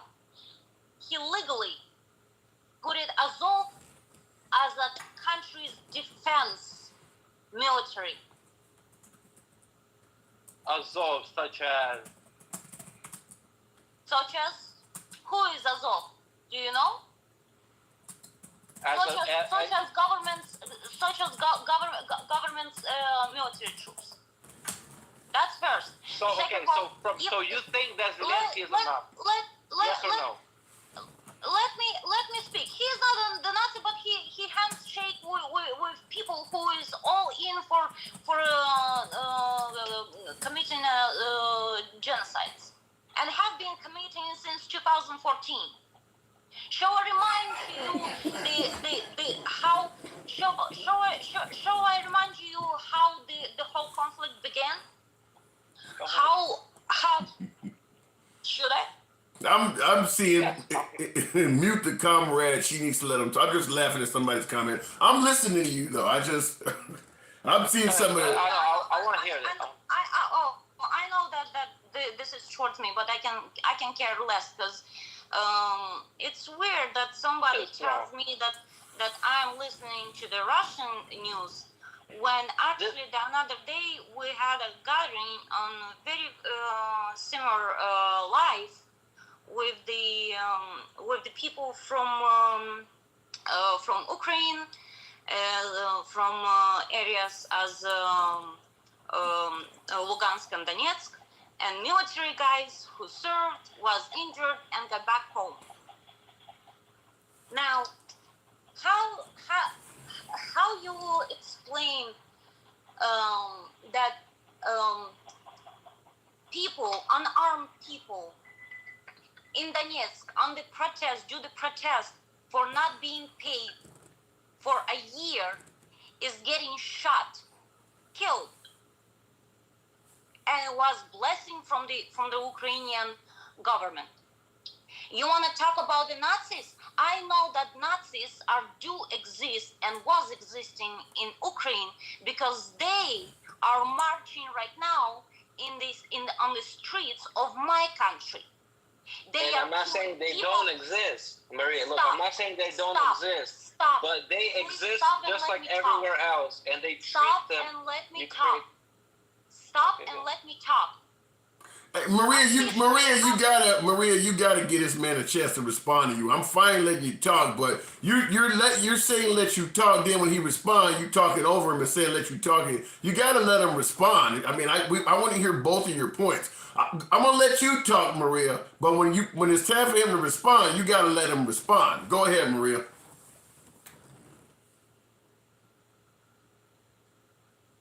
So this, you saying that they wasn't existing, but they have been confirmed that officially it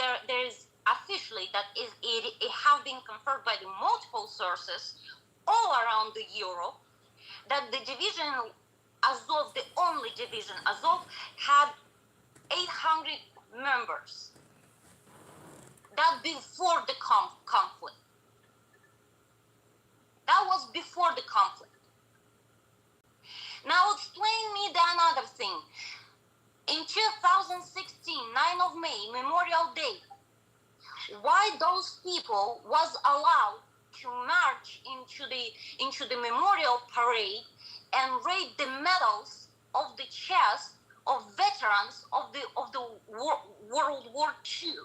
Because why? Because they had a red cross, because they had Soviet Union flag. I'm sorry, but the part of Ukrainians that was, say, pro-Russian, pro-Soviet Union, and was having their peaceful life in Ukraine and not bothering nobody, was oppressed. Okay, Maria. All right, Maria. Let me interrupt because you're giving him a whole lot to digest, and that's why you're having to tell him to let you talk. Let him respond. I want you guys to go subject for subject. You're throwing a whole lot at him, which is why his responses are so long. So I'm gonna pause you and let him speak out on what you said thus far. Okay, Vitaly, go ahead. Well, yeah, I mean, she says a lot, and then like I'm gonna be trying to respond, and then she goes to a different subject, and I already forgot what she's talking about. But okay, let's just say that she was saying that, and the 9th of May, right, May 9th, that Ukrainians were marching for the veterans of Nazis. Yeah. 2000, that everybody kept look up and see it. So people that were Nazis, not that were fighting Nazis, right? Is that what you're saying? And if that's what you're saying, I want proof because I've never seen that. YouTube will help you. Okay. YouTube will help you. Okay. Never seen people not promoting, but saying that yes, Nazis were right, and people that were against Nazis, 100%, I agree. And the fact that you're saying that there are Nazis, there's a lot of people that support Nazis all over the country, all over Russia, Ukraine, even America. There's people here. They are not running with guns around the streets in America. But I'm gonna tell you one thing: that in Ukraine, hang on, Marie, hang on. In Ukraine, they will treat those people the same way they will treat people in America. So if they find people in America that support Nazis, what do they do with them? That's the same thing they will do in Ukraine. Nobody supports Nazis in Ukraine. Now, the fact that Putin said that and everybody believes it doesn't mean it's true, right? Because there's a lot of things that Putin said that's not true. A lot. And I'm going to give you one thing. Why did we go into Ukraine? Oh, we went into Ukraine just to help the Ukrainian people because the Ukrainian people want Ukraine to be Russia. Not true. Now, there are some people, yes, they do want to be in Russia. There are. But he's looking at, let's say, 10% of the people that do. I'm not saying 100% don't want to be there. Yes, there are people that do want to be part of Russia. But you got to look at the bigger percentage. The 90, the 85% that want to be in Europe. Now, Putin doesn't want that because why did he start this war in the beginning? Because there were talks about Ukrainian wants to be part of NATO. He didn't want that. Now, whenever, I believe Latvia is part of NATO too, if I'm not mistaken. He didn't do a thing about it, even though it's the border of Russia. Or I can check that, but whenever Ukraine was talking about they want to be part of NATO, he started to attack Ukraine right away. Right? Right away? So, yes, right. Well, he attacked them back in 2015 or whenever, 14. But that was, like I said, that was with the help of the president he put in there. That president, Yanukovych, he's literally with him right now. He ran. He ran with all his money, with everything he had. He bounced. He ran to Russia. He ran to his Putin, to his little daddy. That's who he ran to. That's who he's with right now. And now the fact that Ukrainians are saying that Putin wants to put him back, he can just try. It's not going to work. He can just try to do that. Why does he want to put Yanukovych back in power? Why? He doesn't want Yanukovych back in power. What are you getting that Because from? that's what I will send you. That's literally what he was saying, that he wanted, his people back in power because that's what the Ukrainian people want. There are people on the net that do support Russia, and I'm not saying they don't, because like I said, I'm saying how it is. But he's supposed to, that's like a couple percent. That's not like, we're talking 10-15% at the most that want to be at Russia. And now, the other percent, like, people just want to be in Europe. And he's just saying, oh, we want to help out Russia.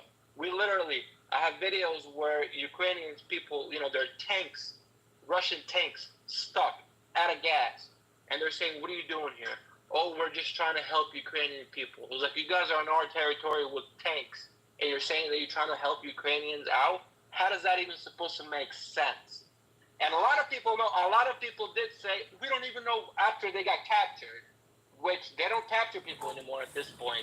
Like Ukrainian people used to capture them, call their moms, and tell them, this is where your kid is at. You want to come pick them up. Now, after the fact that a lot of our children, and I mean children, I'm talking about 11-year-old girls were raped, sexually assaulted, they don't capture them anymore. They literally kill them right away. I don't know if I can say this, and I have video, like, there are videos. Real quick, just say sexual assault or taking their innocence. Yeah, try to avoid using that word, because, try to avoid, just say sexual assault or something. Sexual assault, okay. Well, whenever I say sexual assault, you know what I mean by that. Right. Like, we're not talking just sexually assaulted. We're talking something deeper than that. It's brutal, I get it. Brutal, yes. And look, I've seen, like I said, I will, if you don't believe me, that's fine. But I have proof, and if you want, Maria, I can send you that video too. Now, if you choose to believe it, that's your choice. But I will send you videos where there are Ukrainian people, Ukrainian soldiers, the people that are fighting right now,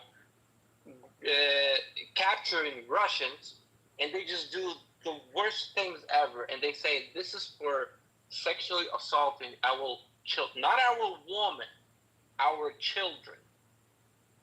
You know what I'm saying? We're talking 11, 10, 8-year-old. Like, I have pictures that are just kids piled on top of each other, just all white, dead, naked. I seen the comment from you, Don, 1964. I gotta agree that I don't know either one of these folks from Adam, but Vitaly, what you're saying, I mean, I'm feeling that. That's fucked up. I'm not gonna pretend like what you're saying is true or false or whatever, but I feel your passion, and that is really fucked up what you're saying is happening. I'm really sorry to hear that. Man, look, I'm gonna have to wrap this up in about 10 minutes. I'm just like everybody else. I gotta get up for work in the morning. I'm honored to be talking to both you and Maria. I never thought this shit would go to this level. I mean, just hearing this is amazing. There was a comment on here asking that why do Ukrainians hate Ukrainians that support Russia? Well, I'm gonna tell you one thing. All Ukrainians hate Russians, period. And because whenever you said that this is Putin's fault, yes, in a way it is Putin's fault. But Putin wasn't the one that sexually assaulted our children. You gotta understand that, right? So yes, we do agree that this is Putin's fault and this is a war, even though he's not calling it a war, but we all understand that this is literally a war on democracy, because that's what it is. But he wasn't the one that sexually assaulted our children. Now, this is obviously crossing the line. You know? So war that's crime. Why the fact that I'm saying that all Ukrainians, literally most Ukrainians hate Russia. Because we found a lot of Ukrainians that were Ukrainians paid by the Russian government just to pretty much sell everything. And then they found a lot of Ukrainians that were paid by the Russians, and they found out that they were just paid by the Russians. They were here saying that they're Ukrainians, but in reality they're just Russians. They did the most terrible things ever to them. They literally, I'm gonna tell you one, they crucified them. Okay, okay. That's not the thing. All right, okay. Now that you have essentially depressed the fuck out of me, but I'm fine. I'm glad you said this. I wanted to hear, but man, that's tough. I want to hear from you, Maria, just before we close this up soon, because I have to. Unfortunately, we've been out here. You guys got me way in overtime. This man. And by the way, if you guys feel like tapping the screen, I'm trying to get to 50,000. This is crazy on the likes, but Maria, I want to hear from you on what he just said, which I hate that I'm about to go to bed thinking of this stuff. And I'm gonna be honest with you, I do tend to believe the assaults because I've seen several broadcasts on our media here of women crying with their faces blanked out, saying it happened to them. But what? Because I know you chuckled earlier, Maria, because you said you thought it was misinformation or not true that this stuff is happening. I'm just going to be honest with you as a host. I believe that part of it. But what is your opinion on this? I'll tell you that now, and especially now, Ukraine it's not a democracy country. People are not able to freely speak without being punished.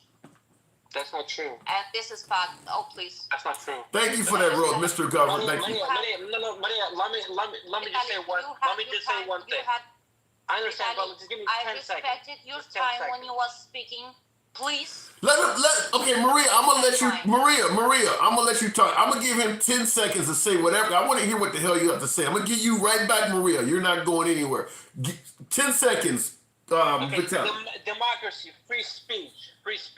Now, if you go to Russia and you say Putin, let's say, I'm sure you know what this means. Putin huilo. What happens to that person? Nothing. He goes to jail. He goes to jail. Now you can go to Zelensky and say the F word to him. They won't do anything. And you will never speak again. Yes, At least in Russia, you go in jail and you breathe. You will go to jail. Why do you go to jail? Okay, Vitaly, let her go ahead and talk, Vitaly. I want to hear what you had to say. Vitaly, let her go ahead and talk. I want to hear what you had to say. You're saying that democracy, freedom of speech exists in Ukraine and not in Russia. She disagrees with you. That's fine, but let her go ahead and talk. All right, go ahead, Maria. On certain degree and level in Russia, it's very strict right now. As far as goes about the basically what Russia does now, it tries to eliminate the possibility of the events, bad events on the inside of the country. That's one of the things. That's why right now the laws have been much more strict as far as goes about the expressing some sort of opinions that I even doubt that I need to look it up, but again I have been seeing on the platform bunch of Russian who disagrees with the events in Ukraine and disagrees with Putin, and I see they are all still walking, breathing, and free. Now I know for a fact that people in Ukraine are fearing. Because a lot of the time, and especially I'm going to bring that live again that happened a couple of days ago, people who came on that live from Kiev, they did not even show their faces, and they wasn't at home. They was in the park, so it won't be traced the location to their house. And guys literally turned and say, we are afraid that we might get punished and we will be fined after what we say here, but we need people in America to know what's going on here in Ukraine. So what Vitaly says that the freedom of speech exists in Ukraine, I know for the fact from the people who lives there, who is from there, who I heard couple days ago, that they are not free to express any feelings that against the Ukraine or judge Ukraine's government actions. Now, he was saying about the assault that happened to the kids. I'm gonna wait a little bit longer and see what will come out, because there's been a lot already came out. a lot of things haven't been. You cannot say that you for sure. You need to understand that autopsies haven't been performed. Determination of death haven't been established. None of those procedures have been taken. So all what we take right now is the word from the Ukrainian side. Well, no, wait a minute. You can say the media may or may not be correct. I'm fine with arguing that, but we have American journalists and other Western journalists on the ground. So it's not just the Ukrainian government. You have journalists roaming around the Ukrainian countryside, finding these mass graves and interviewing citizens and things like that as well. It's not just all coming from the Ukrainian government. And by the way, Don 1964 in the comments, you asked, is she justifying the incursion or the war or whatever you want to call it? Yeah, she says it's a justifiable event. So yeah, she is saying it. But I understand, Maria, you saying that we need to see more of the facts coming out and things like that. But the reason I believe Vitaly in regards to these sexual assaults and things like that is just for the most part, it's kind of what happens in war. When you got one country that is just essentially dominating another country, you're going to have rogue elements that get out of hand. I'm not blaming it on Putin, which is exactly what Vitaly said. But your soldiers are free to roam the countryside and just tear people apart. Some of them are going to do crazy shit. So I do believe that I believe that when these women are stepping up and saying that stuff is happening to them, I believe that a lot of them are telling the truth. Appreciate that, Rose, and those folks who have been sending gifts, thank you, and those who are sending likes. But yeah, I believe that. I don't believe 100% of these women, and there's been a lot of them on the news saying this. I don't believe 100% of them are lying. Go ahead, Marie. Maria? Well, see, as far as how many, can you hear me? Loud and clear, go ahead. Hello? I hear you, loud and clear, go ahead. So as far how, it is actually funny that how many times you have seen people from Ukraine who have been saved and have escaped the area of the events, have been justifying and saying expressing a different opinion of Ukrainian.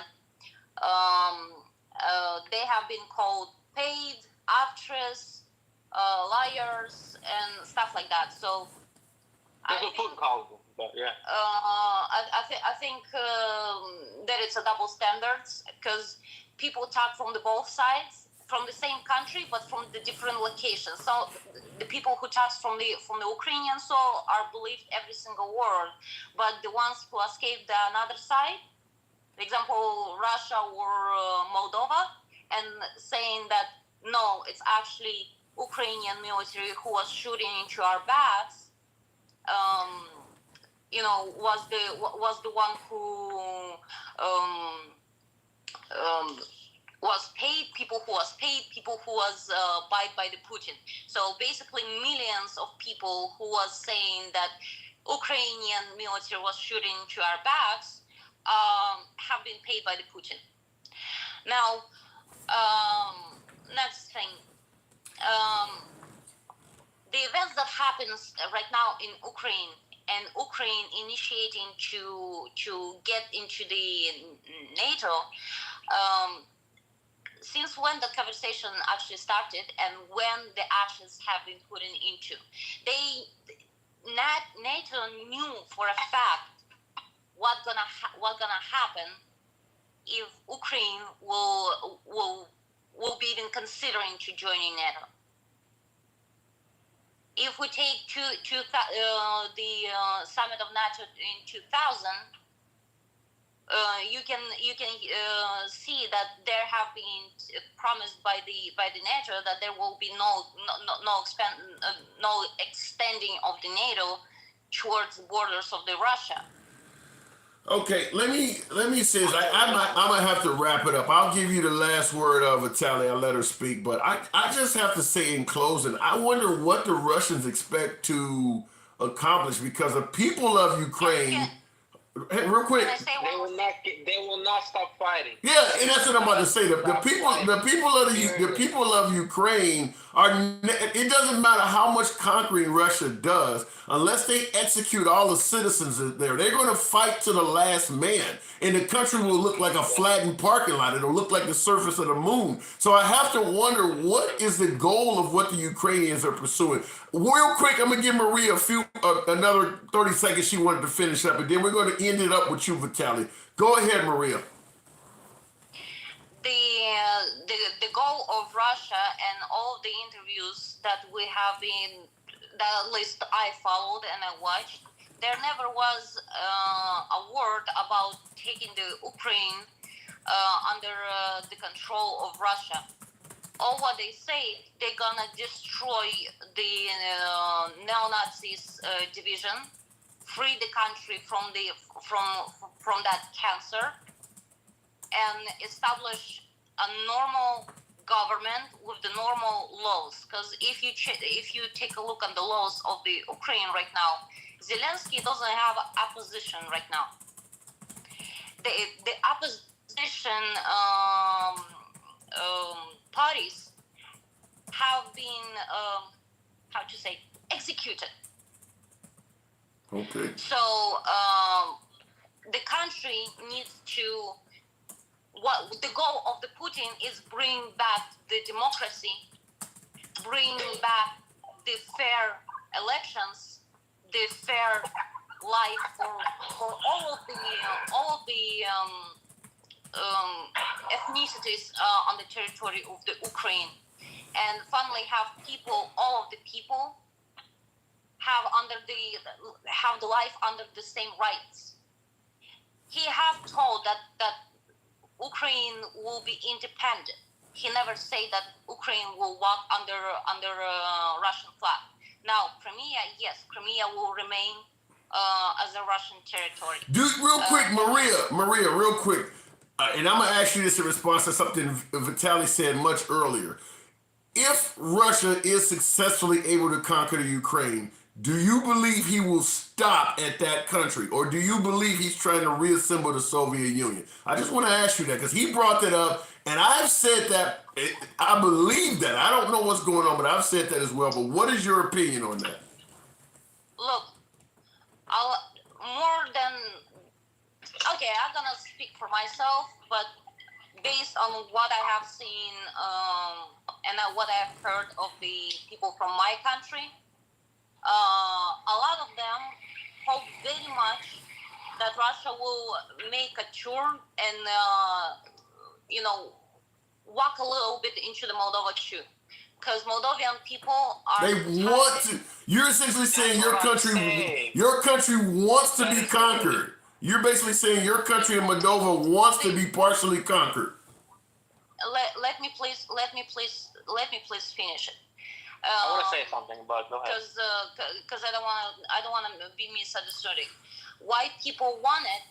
Because right now we have a very sick extremist president that it's not ruling the country. Why not fix that internally? Why not fix that internally? Why would you want an outside entity to come in and fix that? This is a saying. This is not a literally like come on please and we'll open the door. This is a saying. What basically they mean that if the president of Moldova will put the country into the danger of the war, nobody will stand in front of the borders and try to lay their lives for somebody's psychiatric ideology. Okay.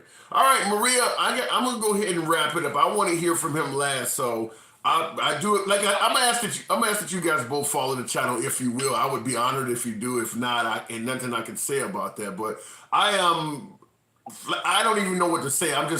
This has been quite interesting. I never would have thought we would have went to this level. We're well in overtime on my program, but I'm glad to have you guys here. I would absolutely love to hear from you tomorrow. 7 p.m. is when I do these normally Central Time here. I would absolutely love to have you guys on again. Only reason why I'm saying this now is because I, like everybody else, got to go to work in the morning, and we're in our 4th hour. So I wasn't expecting this to go, but you guys got to be so interesting. But I'm gonna wrap it up with him. I'm 20 seconds, Maria. I gotta get to him. I gotta wrap it up. Give you 20 more seconds. Go. Me? Yes. Me. 20 seconds. 20 seconds. Go. All right. No, I don't need 20 seconds. I'll catch you tomorrow. I Perfect. can tell you more about why Moldovan people stand so much for Russia. Actually, Perfect. if it will be the case, actually getting in, because the events in Moldova right now escalating. Democracy in Moldova disappeared too. Okay. People are being followed, and free speeches have been followed too. All right. And this is not all right. Okay. All right. Well, if you will, all right. I'll tell you more another time. Okay. Well, if you will, I would be honored if you come on through tomorrow. So I'm gonna finish it up. Okay, Maria. Follow the program. I would love to hear from you tomorrow. Okay. Go ahead, Vitaly. Okay, now that the fact that Maria said that Putin, as a dictator, wants to install democracy in Ukraine, I'm gonna let you think on that yourself. I'm not gonna say anything. She's not. No, I wrapped it. I've already wrapped it up with her, so she's not on the program at this point. So I'm gonna give you a minute to get your work because I'm about to wrap it up. But she's no longer. She's not on there. Go ahead. She was just talking for 5 minutes, 10 minutes, and I just wanted to get to everything what she was saying, but. Yeah, so she literally was saying that, Putin wants to install democracy in Ukraine when Putin himself is a dictator. So how does that even make sense? It doesn't make sense at all, no matter on how you put it. Putin, which is a dictator, which is, you say something about it, you go to protests right now, and you say something about war, that they're against war, you get locked up, right? Yeah. But he, the one that locks everybody up, that wants to say, hey, stop the war. There's a lot of Russians that do not support the war, and I agree with that. But the fact that she's saying that Putin wants to install democracy in Ukraine already tells me the fact that she listens to what Putin says. We all know that Putin's a liar. He's been lying throughout this whole... he's been lying throughout his whole entire... he's been there for 21 years, if not longer. That's just from in the presidency. Right, so that already tells you that he is a dictator. A dictator wants to install a democracy in Ukraine. I'm gonna let you think on that yourself, like everybody who's in the chat. Like it doesn't make any. You don't have to have a bachelor degree to understand that it doesn't make any sense. Period. You know what I'm saying? Like that's what kind of bugs me. Like, and then people still think that it's true. People think that he wants good for the people. Have you seen how people live in Russia? Which Russia is pretty rich, which honestly Putin steals a lot of the money. But in reality, like, people live there really bad. Like, even worse that they live in Ukraine. Really? I didn't know that. About Moscow. I'm talking about, you only see like maybe Moscow, St. Petersburg. Like, people live there good. That's literally the only two, cities that live well, but all the other cities, they live there horrible. They don't have no job. They don't have no food. Like it's bad there. It's really bad. Like if you don't believe me, you can dig into it yourself. Like I'm not over here to convince people what's right, what's wrong, what's true, what's not. Like if they don't believe me, they can Google it. They can do this. It's up there. But like the fact that she was saying that he wants to install democracy in Ukraine. And then the fact that she was saying that Moldova is not gonna, it wants Russia to be there just because, I don't know what she's saying, that they're okay with Russia invading Moldova. That's not true as well. That's not true because I don't know if you know where Chernivtsi is at. Chernivtsi is literally like, in miles, I would say 15, 20 miles from the border of Moldova. Okay. So we have a lot of Moldovan people in Chernivtsi. And that's just, it's not true. Like, if a country won't defend themselves just because they're scared of somebody, just because they don't want a war, then I'm sorry, but that's not a country. You know? Like, if you gotta fight for your democracy, period. If you won't fight for it, you'll be living like you people do in Russia, where you can't say anything. If you say something bad about Putin, you're gonna get locked up. You're gonna get your bank account paused or blocked, or however you guys say it. Like, it's just I mean, it's insane. Like, people, I listen to these people sometimes, and I'm shocked. How can they say, like, you know, like I said, you don't have to be a really smart person to understand that it doesn't make any sense. You know? Well, I'm willing to, like I said, I wanted to hear you guys chop it up. I didn't want to get in there as an American that only gets most of my news. I mean, I watch a little bit of international news, but just like most Americans, I get predominantly my education from the American media, and I realize that we don't get everything here. So the idea that I could have two folks from in the region, one actually on the ground. I was just really, really happy to have this opportunity. I'm sitting here holding a gallon of piss in because I got to use the bathroom and not even wanting to get up because it was so good hearing you guys talk. But I appreciate it, man. I'm going to ask that you follow the channel for sure. Come on back tomorrow, if you will. I would throw you back on. Maria, by the way, let me just say this real quick. Maria, if you are watching Maria, you absolutely are welcome back tomorrow. 7 p.m. Central Time is what I not normally. I do it every Monday through Friday, every night, 7 p.m. Central. And I'm going to ask you guys who are watching to please follow the channel as well. Tomorrow, when we come back, you will be to get a lot more of your opinions in. This whole broadcast, the Handsome Liberal on YouTube, this entire broadcast with all of the folks coming in here, Vitaly, Maria, if you go to the Handsome Liberal on YouTube, you can hear this entire rebroadcast in its entirety. Go ahead, Vitaly, before we wrap it up. I'm gonna tell you one thing. The videos that I was talking about, the photos that I was talking about, if anybody, you or anybody in the chat really wants to see them, DM me your email.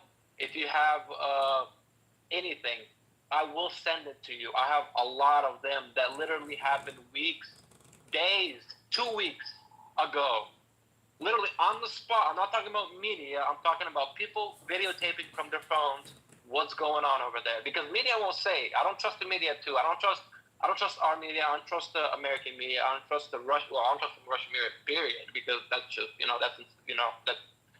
But I'm saying, like, people that are on the ground with their cell phones and they pull on Telegram, because Telegram doesn't block anything. If you put it on Twitter, Facebook, you'll get blocked.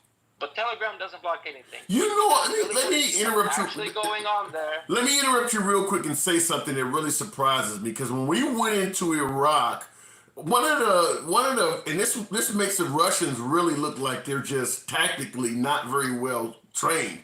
One of the first things you normally do is take out communication in a country. The fact that you're suggesting that citizens still have cell phone access is amazing. You would assume that the Russians would have either taken out all of the cell phone towers or installed dummy interference devices to. I mean, the fact that they can still get pictures and shit out is amazing. But go ahead.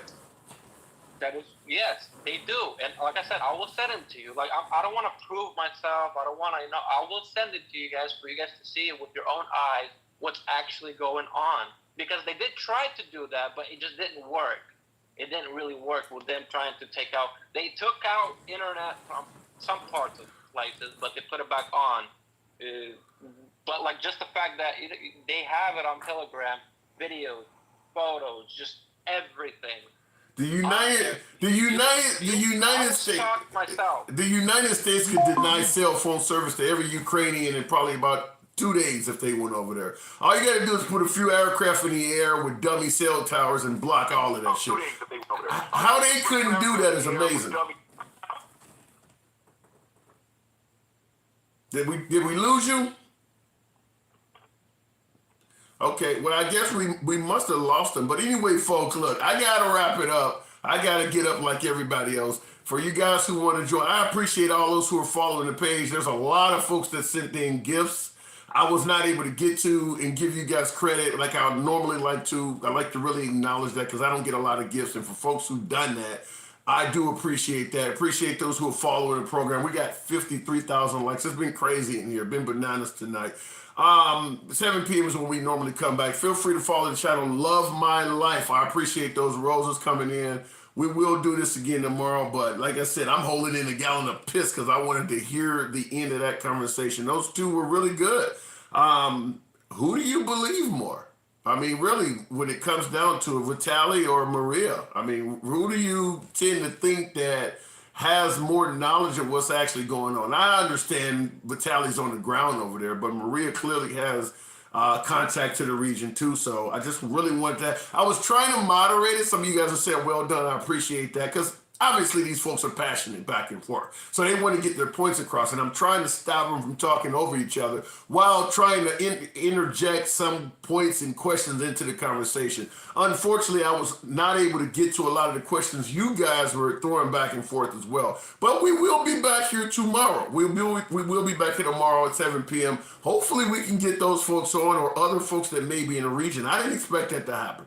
I'm still sitting there jaw wide open like I can't believe I'm hosting this shit. Dan Buckley on YouTube and a couple of you folks also on YouTube. I appreciate your comments as well. I got to some of them. Some of them I had to type out why this was going on. But real quick before we go, folks, this program, like all the other programs, if you dare even want to watch it or tell someone about it, in its entirety, it is on YouTube, the Handsome Liberal YouTube. You can subscribe to that page as well. None of this shit costs you anything except for the gifts you guys are sending, and I am greatly appreciative of that.